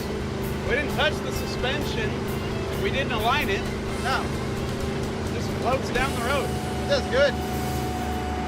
Emergency alert, National Weather Service, severe thunderstorm warning in effect for this area until 7:45 tonight. We're going right into it. We're gonna be storm chasers. Yeah, let's do it.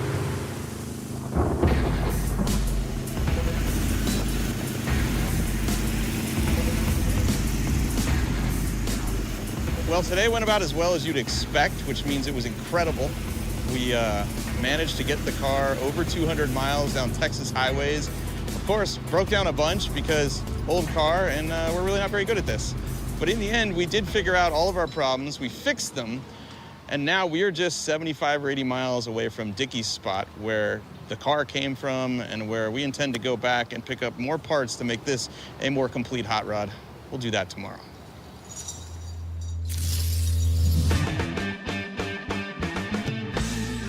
Last day of the trip. The factory gas tank is now clogging the fuel filter, much like the used fuel cell was clogging the fuel filter. We're not gonna switch back. What we are gonna do is change the filters. And just so you know, or in case you were worried that, we went too far on this one, that we spent all the money, bought all the parts, and, polished this turd too much, trust me, we didn't. We haven't restored it at all. That's numbers matching rust. Still present. We didn't get rid of it. I think she's fixed. Ish. Let's go to Dickie's. Let's go. We're gonna make it.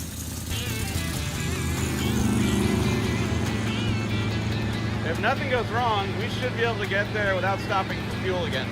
Come on, car. We can do this.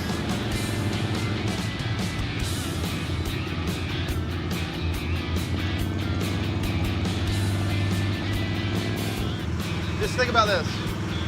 This is where this car came from. It probably crossed this bridge or drove down this road at one point in its life. Think of this, dude. This car sat around in Dickie's yard for 4 decades, and thanks to Aaron and Emily, we're here. We just drove it 350 miles through the Texas desert. Don't die now, we're almost there. I I see it. I see it. I recognize this. That's right where your hardtop was parked. Oh, dude. Wow. That's one of his cars. Wow. Dickie restored all these for himself. I know. We made it! Woo! This is my happy place. This is where it all started. Early last year, I passed by this place on the interstate and saw this yard. I stopped, gave Dickie a call, ended up buying a hardtop that was sitting right here in this spot. That's where it all began.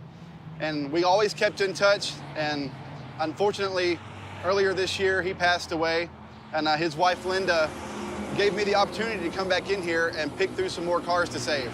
And so I did. I bought 4 more from here, and one of which we just drove right back to this very spot. I cannot wait to get back in there and look around. I'm stoked for Newbern. He is so fired up, feeding for a hit of more Tri-5 stuff. Like, I guarantee you open that, there's parts filled in there. Or Chupacabra. Steering columns and trim. No Chupacabra. Let's save them. The mother load, dude. Look at these tires. They're like new. They have the little pricklies on them. Look, Goodyears. Look at that. That is so cool. The sheds are the key. That's where he's hiding all the good stuff. Here's the thing. 40 years from now, when this world has really gone mad, and every junkyard from California to New York City is littered with hybrid cars, no one's gonna be going in there and saying, ooh, look at that plastic wheel simulator, and oh man, I can't wait to get that plastic dashboard for my Toyota Prius. It's just not gonna happen. But classics, like these 57 Chevys, are still out there.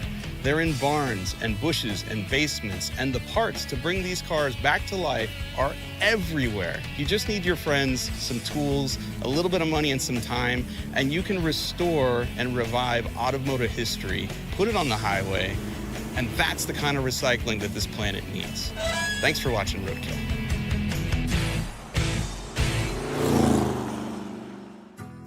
All right, so we're here with Linda. This is Dickie's wife, and if you'll notice, there's pictures and memorabilia all around the shop.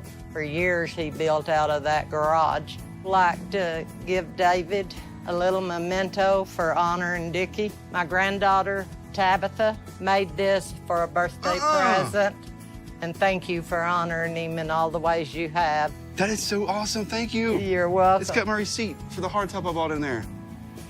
Oh my God. Appreciate it. Thank you. Yeah. That is so cool. This time on Roadkill, we're shutting down Dragstrips everywhere we go with the 440 dart and a lot of really weird tire smoke. Woo!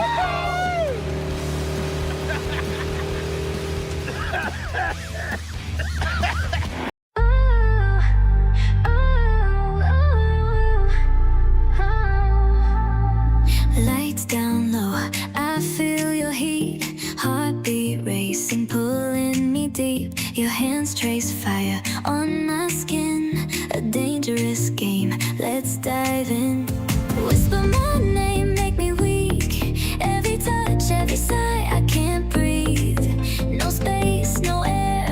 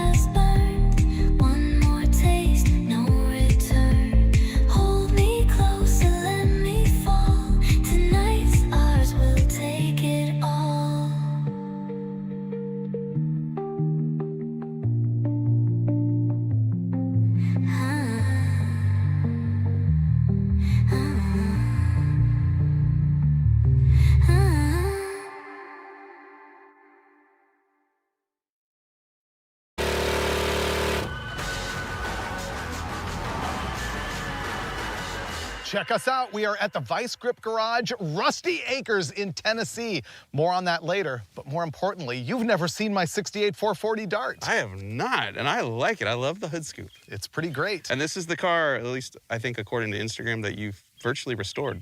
Virtually. Yeah. Almost. Yeah. Yeah, wait till you see under the hood. It's really impressive. This car has a great story. So it begins on episodes of Roadkill Garage, where me and Steve Dulcich were actually working on the Crusher Impala. We had dyno tested it, and we were doing burnouts everywhere out in the desert in this car, having a great time. We pull over at the side of the road for the crew to adjust GoPros and stuff, and this guy runs up to my window, and he's like, dude, I've got a bunch of dirt acres just a mile away from here, and I've got a 440 Dart that I'll let you guys thrash on. So we go over to this guy's house. Sure enough, he's got a whole bunch of dirt. Sure enough, I throw a bunch of donuts in the Crusher Impala, and then I blow a tire. And so he breaks out the 440 Dart.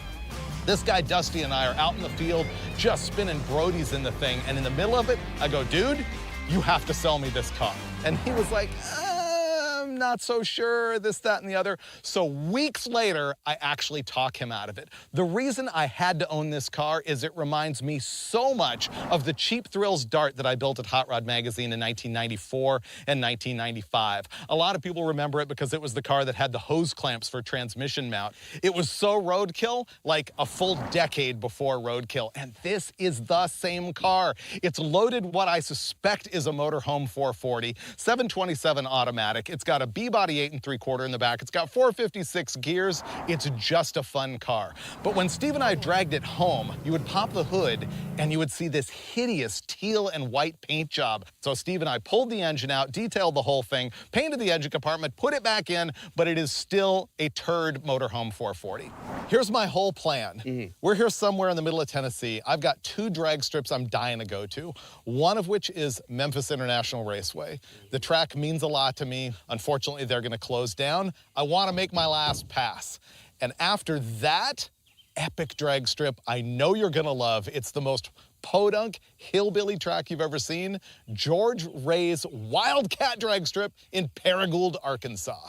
I'm pretty sure that's on a farm. Yeah, it is. I think it's a rutabaga farm. I want to go. And so that's our whole purpose here, and I'm sure we can get into some mischief and burnouts along the way, but there's a little wrenching to do to the car. It's got 456 gears in it, and we're gonna be on the highway, and I think we should throw some 323s in it that I mooched off of Derek from Vice Grip. That's hopefully not an open diff. Probably is, but he has a welder. Oh, Lincoln Locker. Yeah. I love that. Yeah, let's do it. Yeah. Okay, let's go over to the shop.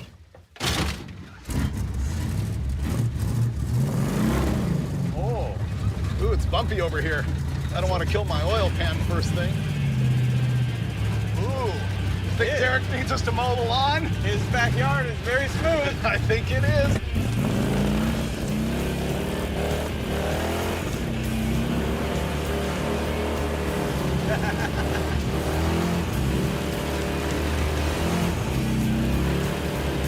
The grass will grow back in a week, don't worry. Right around the Christmas trees.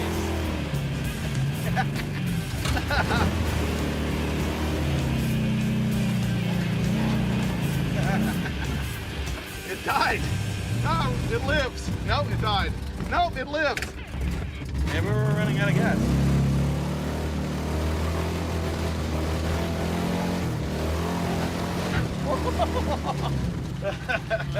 This thing revs pretty good for a motorhome motor. Yeah.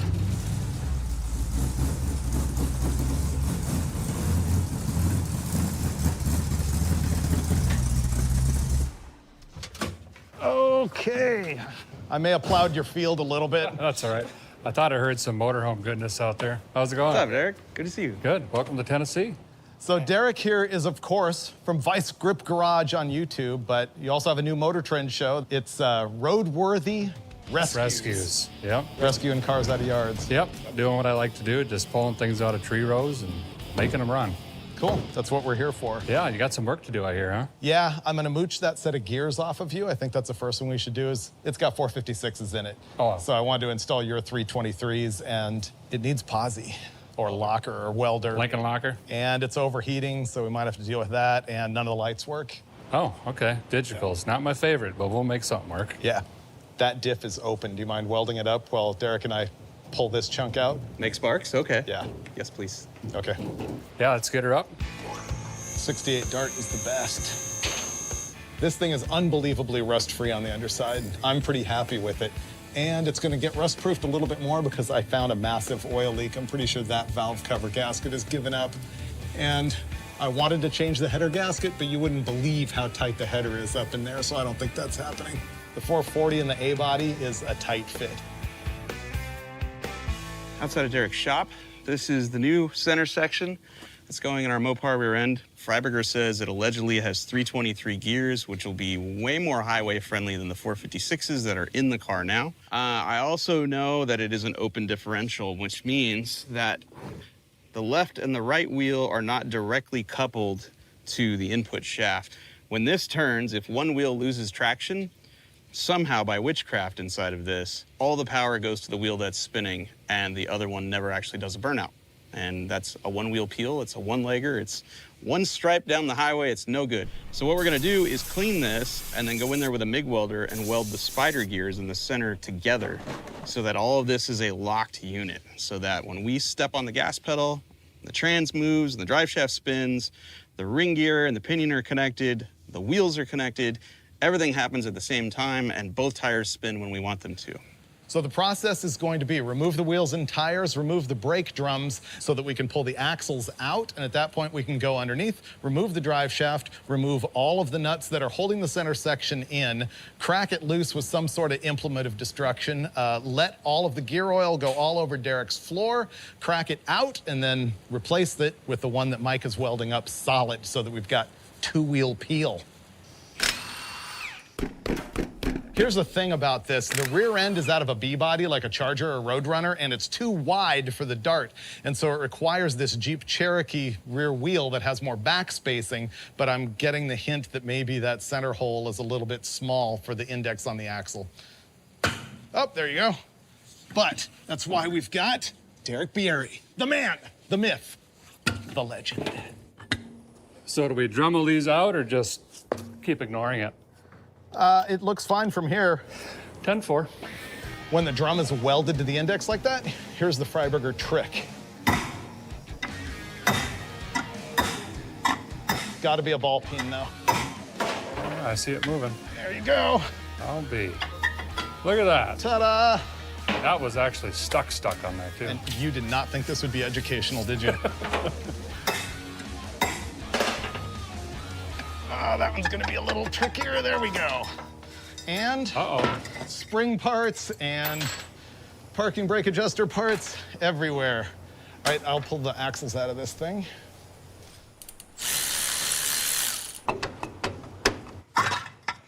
I've got goop already. You got that part? Yep. Yep. Is it out enough? Notice how Derek and I know how to work together without ever having worked together. I knew I could trick him into doing all the work. There we go. That is some black gear oil. It is, and it smells delicious. Nope, it's really bad. Well, I doubt it's ever been changed, right? You would think whoever put this rear end in the car, because it's not original, would have maybe done that, but, or whoever put the 456 gear in it. You good? Bye-bye. That's a little chewed up, isn't it? See where the pinion gear's been eaten on the carrier right here? Oh yeah, it's metal soup. All right, well, we won't be putting this back in for the drag races. This is not a 456, it's a 391. When I first got the car, it was revving so high on the freeway, we calculated the math and thought it was a 456. It's actually a 391, but the converter slippage was so radical that it seemed like it was a lower gear because the converter was letting the engine rev. Well, it has been liberally cleaned. I have also coated the ring gear in anti-splatter gel, which is something you usually would stick in the end of your MIG gun nozzle to keep the weld from sticking to it. In this case, I don't want any of the MIG weld sparks or slag to end up on the ring gear, because that's one gear we're not trying to weld here. We're just trying to weld the spider gears directly to the right of the ring gear.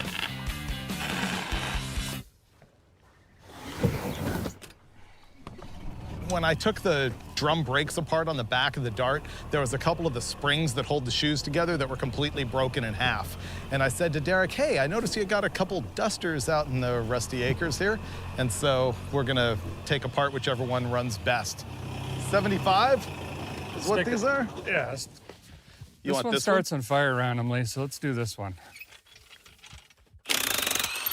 There you go. Okay. Oh, too easy. Ta-da. Great. All right. And that's what friends are for. All right, when I buy this from you in like 3 years, I'll forget that that happened. Yeah. Something wrong with the brakes.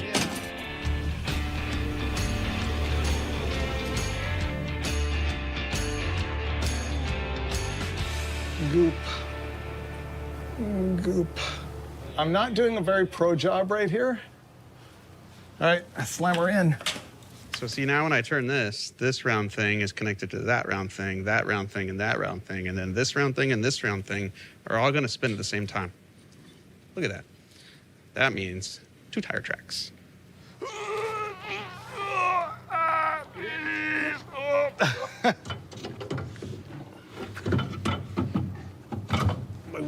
Thank you, guys. Couldn't have done it without you. The movie sound effects were a nice touch. I liked it.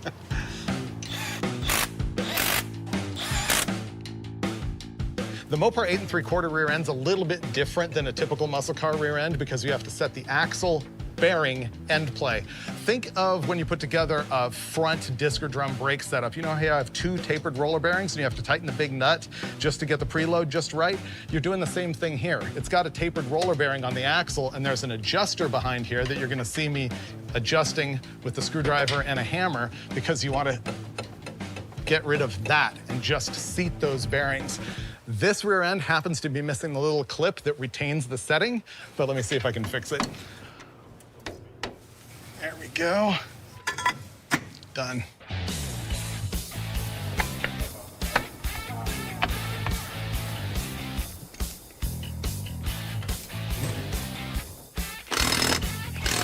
We're done with the rear end project and the brakes, and now we're moving on to trying to make at least the tail lights work, if not the headlights too. Oh, they're just dirty. I hope so. Dust all over them. Well, that and the brake light switch is disconnected. We're almost ready to go. Rear end is back together. Brakes are back together. There's a drive shaft in the car. However, there are no functioning lights anywhere. Not headlights, not taillights, nothing. Knowing us, we're gonna end up driving in the dark tonight. Rather than go right to duct taping flashlights to the nose of the car, we're gonna try to make the lights work. So we got no power to there, so that probably means the fusible link is gone. Already we know that there's no power coming in here to the fuse block, and so these guys are under the hood checking the fusible link to see if that's the problem. There's not a lick of wiring in the nose of the car. Nothing. Well, I know where to find one. I do know where to find one. All right, we're gonna go scab more parts off of Derek's Duster. This time, the whole front engine wiring harness. Poor Derek thought we were only gonna be here one day. We were troubleshooting the wiring on the Dart right up to the point where we realized there was no wiring from the firewall forward. And so we're gonna scavenge it off this car, which should be essentially the same thing. Derek says this one did in fact have an electrical fire, so it's the perfect donor. Oh, it's already unplugged. See? Yeah. Telling you. We just start ripping. Don't need that where we're going. Should we bring these with? Sure. If you're in a donating mood, I'm in a receiving mood. All right. This will fix it right up. No chance.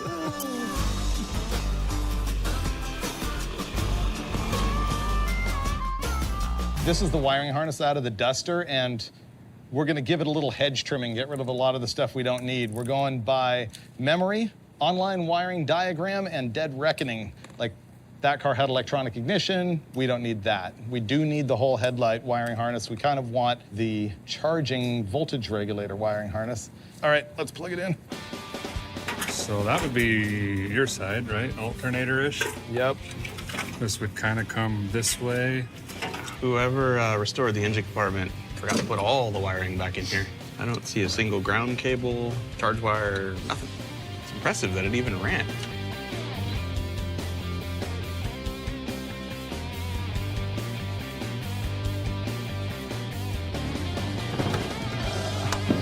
This fender is all pushed in, so is the bumper and everything, and once I got this off, I couldn't get back on.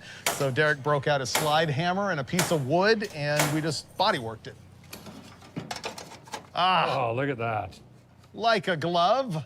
Perfect. Nice. Thank you. Yeah, I bet. This is the moment. We've got either success or fire. Mike's hooking up all the power. Got like 4 different power wires now hanging off everything. Ready? You ready to... All the candle powers, please. Yeah, headlights? Yeah. Yeah. How about brights? Yes. Wow. Both of them? Yes. No smoke either. How about taillights? Taillights? Oh, you got a side marker back here, bro. Here's a side marker. It's the O-Dart. So is this running lights? Yeah. You're blinking the right.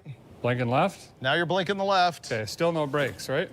Oh, there's no power going to the brake light switch. Remember the switch is disconnected?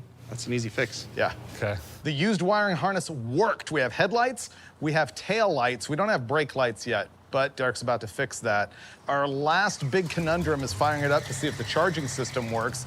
And if so, then I have to guilt Derek into giving me a few parts like an electric fan for the road, and we're out of here. Working. I mean, it's 12 and a half, but it went up from 12.18. It's working. It's working the right direction. Derek, we're out of your hair. We're gonna road trip. All right. Notice that the hood pins are the ends of bungee cords. All right, thanks again. Yep, you're welcome. See ya. See you guys. Think we'll make it past the end of the driveway? I hope so. That's where the warranty stops. I helped the exhaust leak a little bit, Yeah, that's not as bad as it was. and we did it. Out the door. Oh, this is a welded rear end. I can tell. Yeah, it's like race car stuff. Uh-huh. Yeah, full race, 323 gears, welded. Chirping around every corner in a parking lot. Yeah. I like the noise. I do. I gotta be honest. It would have been too embarrassing to have a one-legger for all the burnouts I'm gonna do. Oh, we didn't put air in the left front tire. You're like, we don't have enough air in this tire. Wow, this thing's fuming me out. It is stinkier now. I think that's the fuel leak, though. Maybe. Yeah, it might just be vaporizing all the fuel. It's cruising pretty well. The Dart's good. At least in the evening temperatures, it cooled down too. It's running a little above 190. It's a lot of fumes. It's pretty fumy. Yeah. I'm going full-on happy dog mode. Get on the window. All right, that's better. Much better. I don't know if that's exhaust. I think that's the gasoline. You're right, that's raw gas. Yeah, I smell fuel. Yeah. Oh, there we go. I got the perfect position of the hand. Do the hand scoop? Yeah. Yeah. Sucking the fresh air into my nostrils. Straight to the gills.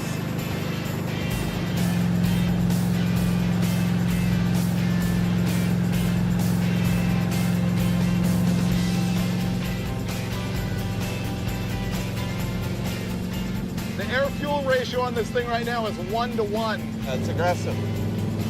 All right, we're calling it a night. We're gonna have to fix some stuff on this first thing in the morning. It's undrivably bad. I can't see. I know, I just gotta get out of this thing. Don't care. Ah, bail out. Holy cow. Man, we've had it bad, and this was the worst.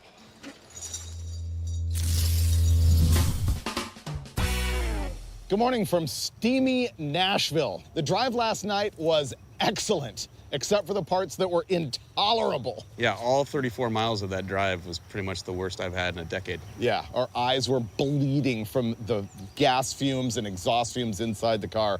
So we got to deal with that and overheating and no fuel filter. Valve cover gaskets are all leaky. Yeah, oddly enough, the engine compartment restoration didn't include any of the things that make the car work, like wiring and a fuel filter. I don't know. It's weird. It looked great, though. It looks amazing. It just works like crap. We already found out that our radiator cap was junk, so we're gonna slam another one of those on. Hopefully that solves the cooling problem. If it doesn't, we'll put on an electric fan later on. I really would like to figure out how to fix the fuel leak at the gas tank, because I think it was actual raw gasoline vapor in the car yesterday. So I'll take this off, tape around the neck as best I can, put this back on, put a hose through it, tape this whole thing, and maybe that'll help. Maybe.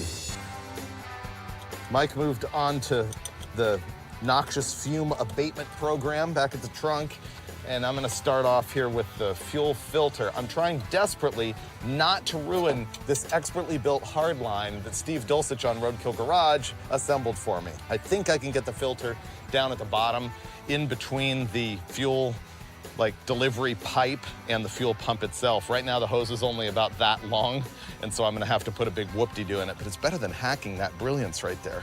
We're going to tape up the fuel filler. We're going to add the vent hose to the fuel filler that's completely missing and pointed into the trunk. We're then going to tape up all the holes in the trunk and probably tape the trunk lid to the car because it's missing the seal around the trunk. And what happens is the exhaust that's dumping out back here ends up doing one of these deals and going right back into the car, suffocating us. All right, I already made a fuel leak. See if I can get this done quickly enough to avert total disaster. Note that I'm only using the really sticky stuff on the floor, not the outside of the vehicle, because this would take what's left of this paint job right off this car. This is unfun right now. There's the gusher. This is why I disconnected the battery so I don't arc across the back of the alternator with a tool and set myself ablaze.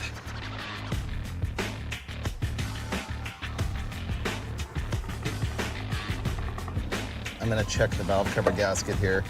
Both valve covers are leaking hideously. The problem is these stamped steel covers, I can almost never get them to work, especially, look at that junk. Oh, that's why, this is the hard type of gasket. This type of stamped steel valve cover typically doesn't work very well on these heads because there's no machined rail for the gasket. It's just cast on the stock head. And this is all trash. The new gasket here is cork, which is softer than those ones that came off. It's more appropriate for the stamped steel valve cover, and they've got these little tabs that'll lock it in. So this stands a better chance of not leaking. Not a 0% chance, but it has maybe 10% better chance.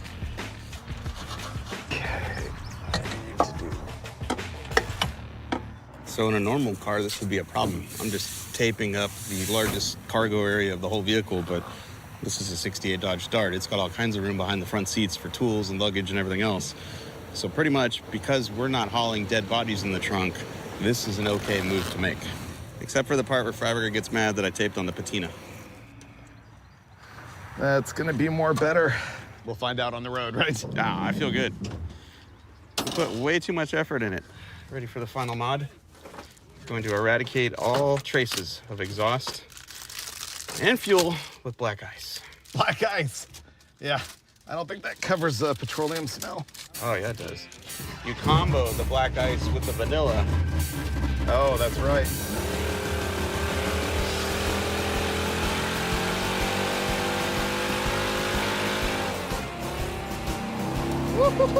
That was a good one. You went full-on Steve Dulcich. No warm-up or nothing, just wah! It's a motorhome 440. What could go wrong? I'm not suffocating at the moment. It sounds great. At higher speeds is when it was worse. Yes, that's the test, the highway.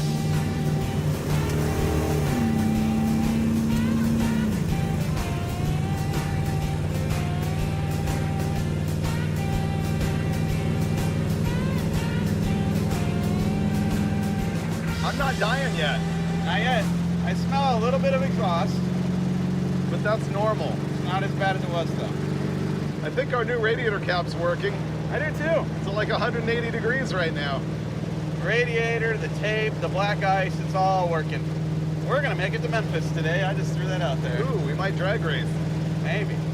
Well, it's been an interesting couple of hours. First off, we ran out of gas, which was expected, but man, that was a hairy freeway. Those semi-trucks were close. But we filled it up with, by the way, an excellent gas can. So then it started to rain here really badly. So we took our opportunity to stop here at Texas Tire because we'd been carrying a set of tires that Derek gave to us, and I know it really let him down if we didn't break them in properly. Yeah, So you gotta that's- warm them yeah. up before you get back on the open road. Of course. Yeah. Yeah, so that's what's gonna happen right now.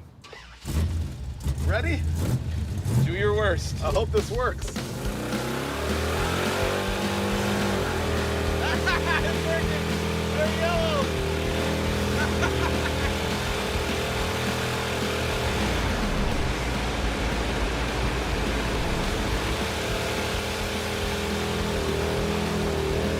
There they are, bright yellow.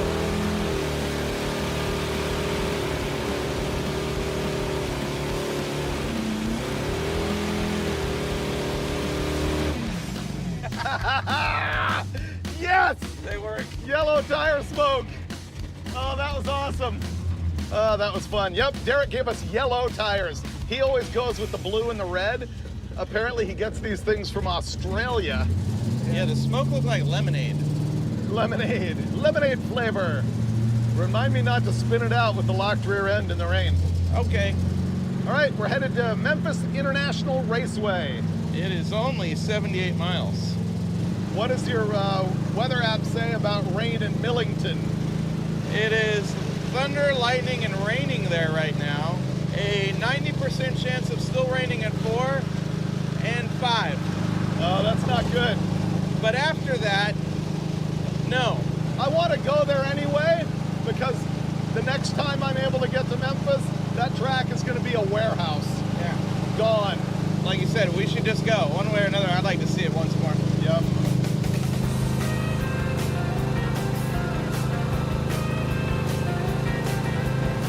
The Dart might be my best currently running highway cruising muscle car. It's pretty darn good. Not that many people get to drive around with a 68 Hurst Hemi Dart hood scoop.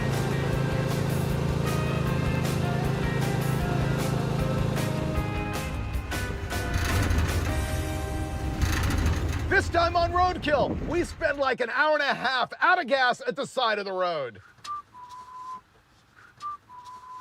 So I asked my Instagram followers to decide what's cooler, O-Dart or El Darto. El Darto wins by 82%. Those people love tacos too. The 1968 side marker light looks like an O. So on one side, it's O-Dart. And on the other side, it's Darto. El Darto. Not quite the same. Put your foot to the floor. Oh my God! Shift 9 times. There's a new Fast and Furious movie coming out. Yep. Oh wait, Mason's here with our gasoline. Here we go. Ooh, all right. It's like 19 miles. Yeah. Stuck 5 gallons in. Right, we're out of here. We're gonna go find out that the drag strip's closed. I did use up all our pump shot. There we go. And that might be it. Let's ride.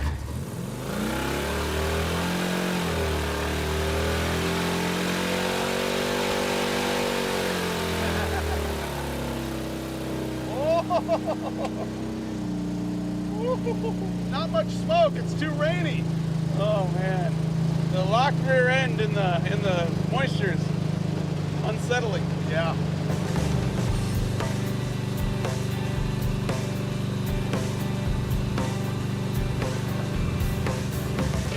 I see it.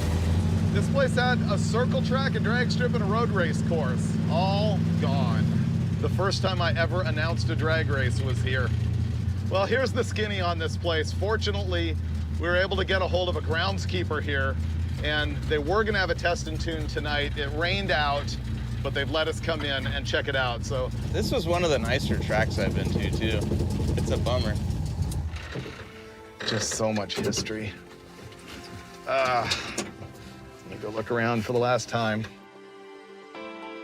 We made it to Memphis International Raceway, which is this drag strip, and there's also a circle track and a big road race track here. We didn't make it for the test and tune tonight that was canceled. I really wanted to make my last pass here. But I'm really happy that we made it at all, and it's so cool that they let us in here just to look around. This track has just meant so much to my career. I was on staff at Hot Rod Magazine in 1992 when we held the very first Hot Rod Fastest Streetcar Shootout here. And that's the event that kicked off the whole street legal drag racing scene. I started the Pump Gas Drags here in 2003, and Hot Rod Drag Week and Power Tour have been here multiple times. This is where I announced my very first drag race. And on Roadkill, we raced the road course here during one lap of America. It's not definite that the drag strip here is gonna close, but it is not looking good. And it's very sad to me that this is probably my last time at the track. Let's do burnouts. This is quite a water box. Yeah, it is.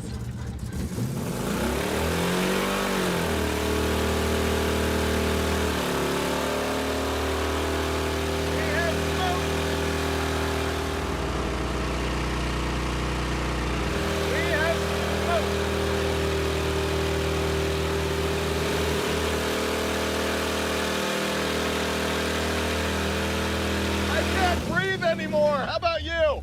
I totally can't see you. That's because I'm not here. Woo! You're not on fire, though. Don't worry. Woo! Look at that. You just achieved full-on Cheech and Chong mode. That is awesome. Brilliant. This is a good demonstration of why we're suffocating while we drive. Oh, that was fun. But now we're going to drive all the way down for the last time.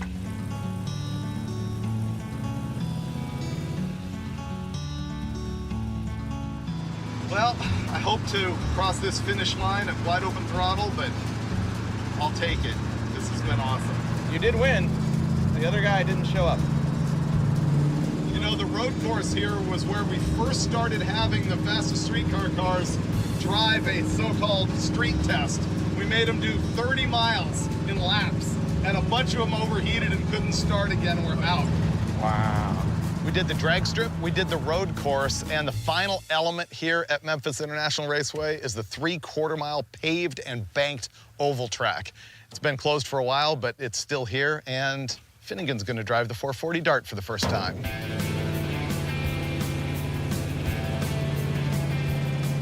I can't believe we're getting to drive around this track right now.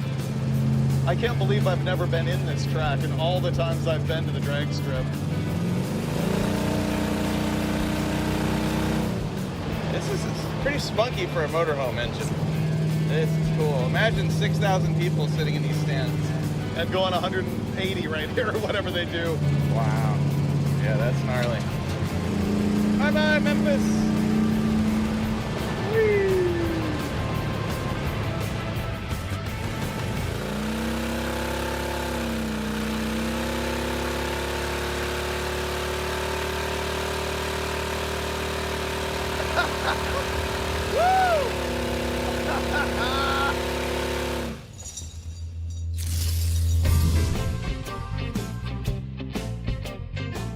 Man, Beale Street right here in Memphis, the home of the blues. We had a fun time here last night. Some of the crew had a more fun time than others.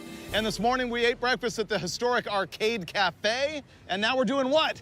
Another drag strip that probably isn't open. This one we know isn't open. So we're gonna head out to that. And then tonight we'll be at George Ray's drag strip for the test and tune. All right, let's go.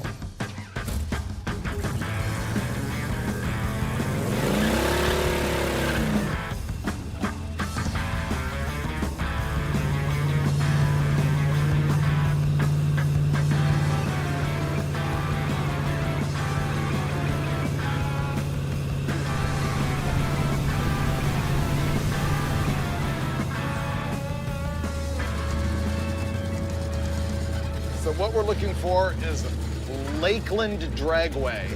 Lakeland? Yep. How have I heard that name before? I'll let you know. This isn't the one from Two-Lane Blacktop. Yes, it is. Oh, no way. Yes, this is the very last scene of Two-Lane Blacktop. Oh. I was gonna break that news to you, but you figured it out. Wow. Yeah. When did it close? 1979. so after the movie came out, but not by much, right? When did the movie come out? I don't remember. It was in the 70s, though. Yeah, 72, something like that. Wow. This is it. This is it, right? I'm so proud of you that you knew. Let's have a look. Wow. This is cool. Nice surprise, Freiburger. Thank you. What we're looking at here is the site of Lakeland Dragway, which opened in 1960, closed in 1979. They had the Dragstrip and a big road racy track, just like Memphis, and also an oval track, just like Memphis, but gone, closed. The main thing you care about this for, though, is it is the scene where they shot the final conclusion of two-lane blacktop. Yeah, where it all melts and everything, and he's banging gears off into outer space. Yeah, very existential. Yeah. But there's nothing really left here. I'm glad we came. It's cool to see, you know, sort of where the ghosts of the past were, but there's no relics here anymore. But if you want to see it, you can still, you know, go off-roading in your muscle car. Which is probably what we're gonna do about halfway to George Ray's when I blow one of those bald rear tires and we spin into a ditch, but we're gonna try and get to George Ray's drag strip and actually make runs. We got this. So this is like last race, film melts, the whole deal? Whole deal, yeah. Film melting. Let us just fade away into oblivion.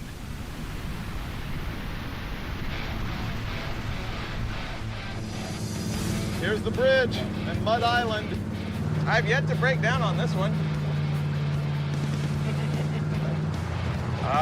Welcome to Arkansas. All right, we made it into Arkansas.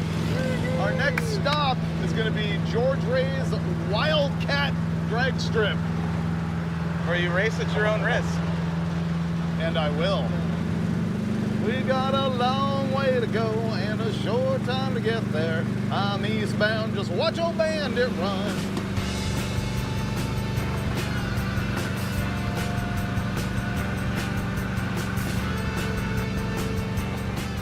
We made it to one of the most unique drag strips in the country. This is George Ray's Wildcat drag strip just outside of Paragould, Arkansas. And I had to bring Mike. Way back in 2008, I was taking the muscle truck on a cross-country trip, actually to Memphis, for the very first LS shootout. And we stopped by here, and I was able to meet George Ray, the guy who founded this track in 1961. And what he told me is that he had taken one of his cars to an NHRA race, and they wouldn't let him run because he failed tech. And he's like, I can handle this. I'm gonna build my own drag strip on his bean farm. And that's exactly what he did. He started laying in gravel, making a flat spot, and ultimately built a quarter-mile drag strip here. And as the car started getting faster, it went to 1/8 mile. So honestly, this is like one of the most raw and pure drag strips you'll find anywhere. And I haven't been here in a long time, but I'm gonna show Mike for his very first time. The first time I came here, it was the one that had been here since like the late 60s or something, and it was just falling down. They rebuilt this one a few years ago. This is so close to the surface, like, yeah. Like if it launches a drive shaft. Yep. Look out.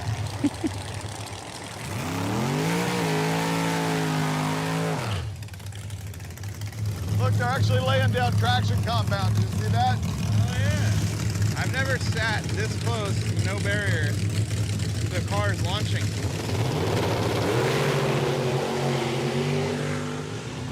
So what are the top 5 most incredible reactions you've had so far at George Ray's? I'm just blown away by how close the parking lot is to the starting line.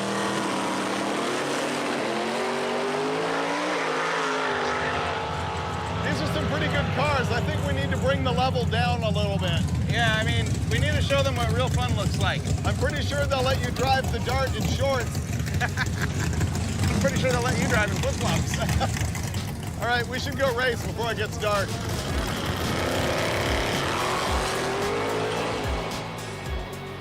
Well, here we go, the reason for this entire episode.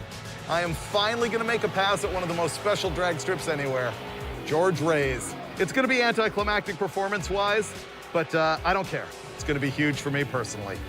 I'm gonna run my car at George Ray's. Oh, he found the water. Nice.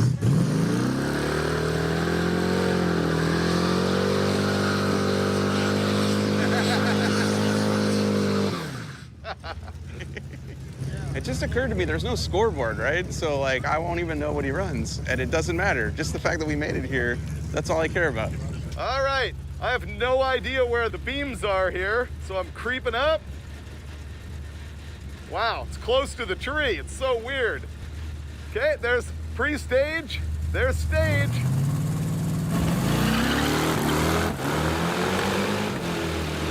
Oh, it's just so loose. Wow. Okay, that was super sketchy, even in a really slow car. Oh, man. So here's how hardcore this place is. David was skating all over that racetrack. Like I was like, ooh, lift, man, lift. Not a peep from the crowd here. It's like nobody even noticed. They're like, okay, yeah, let's get the next thing up here that's way more impressive or sketchy than what they just saw.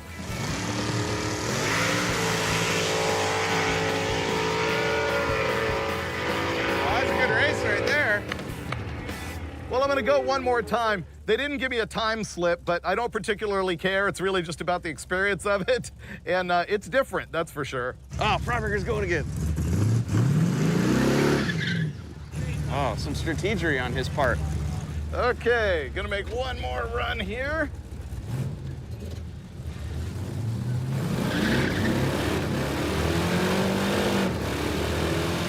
He is spinning his tires all the way. Wow, it is so loose. Oh, I spun him in third gear, and it died.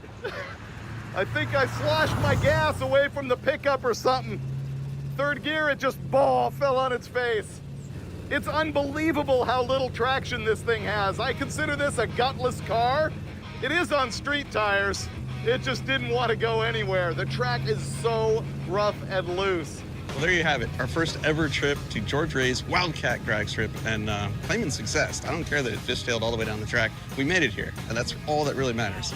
We don't have the nicest car, we don't have the fastest car, but I guarantee we had more fun than anyone else. I don't know how those guys do it. I don't know, but yours was the sketchiest pass as I've seen. I know, isn't it unbelievable? All over the place. Yeah, you were living. It was annihilating the tires all the way down, except for that last time I went into third and it fell on its face. I think it was sloshing gas away from the pickup. I don't think any of that matters. All I think that matters is that you just get here and go have fun. 100%. And whatever. That's what it's all about. Yeah. This is a bucket list item, as we often say. Just cross it right off. Cross it off. I'd been here, I'd talked to the man, I'd never made a pass, and it's handled. George Ray's is the most roadkill drag strip ever, and what a road trip this has been. I proved that my new big block dart is a great streetable beater. I got to wrench with my buddy Derek from Dragstrip Garage and welcome him to Motor Trend. When we hit the road, we saw that great abandoned drag strip that meant so much to Mike, and then we visited that Memphis track that is such a part of my life, and it's probably the very last time I'm gonna be there. But then we end on a high note at George Ray's, where I was able to rip a couple of passes that I've been waiting to make for 14 years since I was first there. It's just another example of roadkill setting goals with buddies and making them happen. You know what? Forget the gas prices right now. Just eat more mac and cheese. Maybe skip some of the car mods you are planning on making and then hit the road. That is the roadkill way.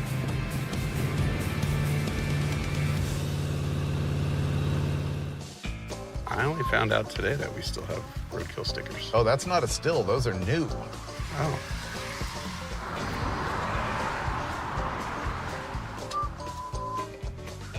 I've been trying to peel this sticker for 5 minutes. Okay, there we go. I got it. I got it. Can I put this here? It's your car. Right there. Boom. That's not even straight. Nothing on this That's actually car. pretty good. Yeah, nothing on this car is straight. You're really hard on me.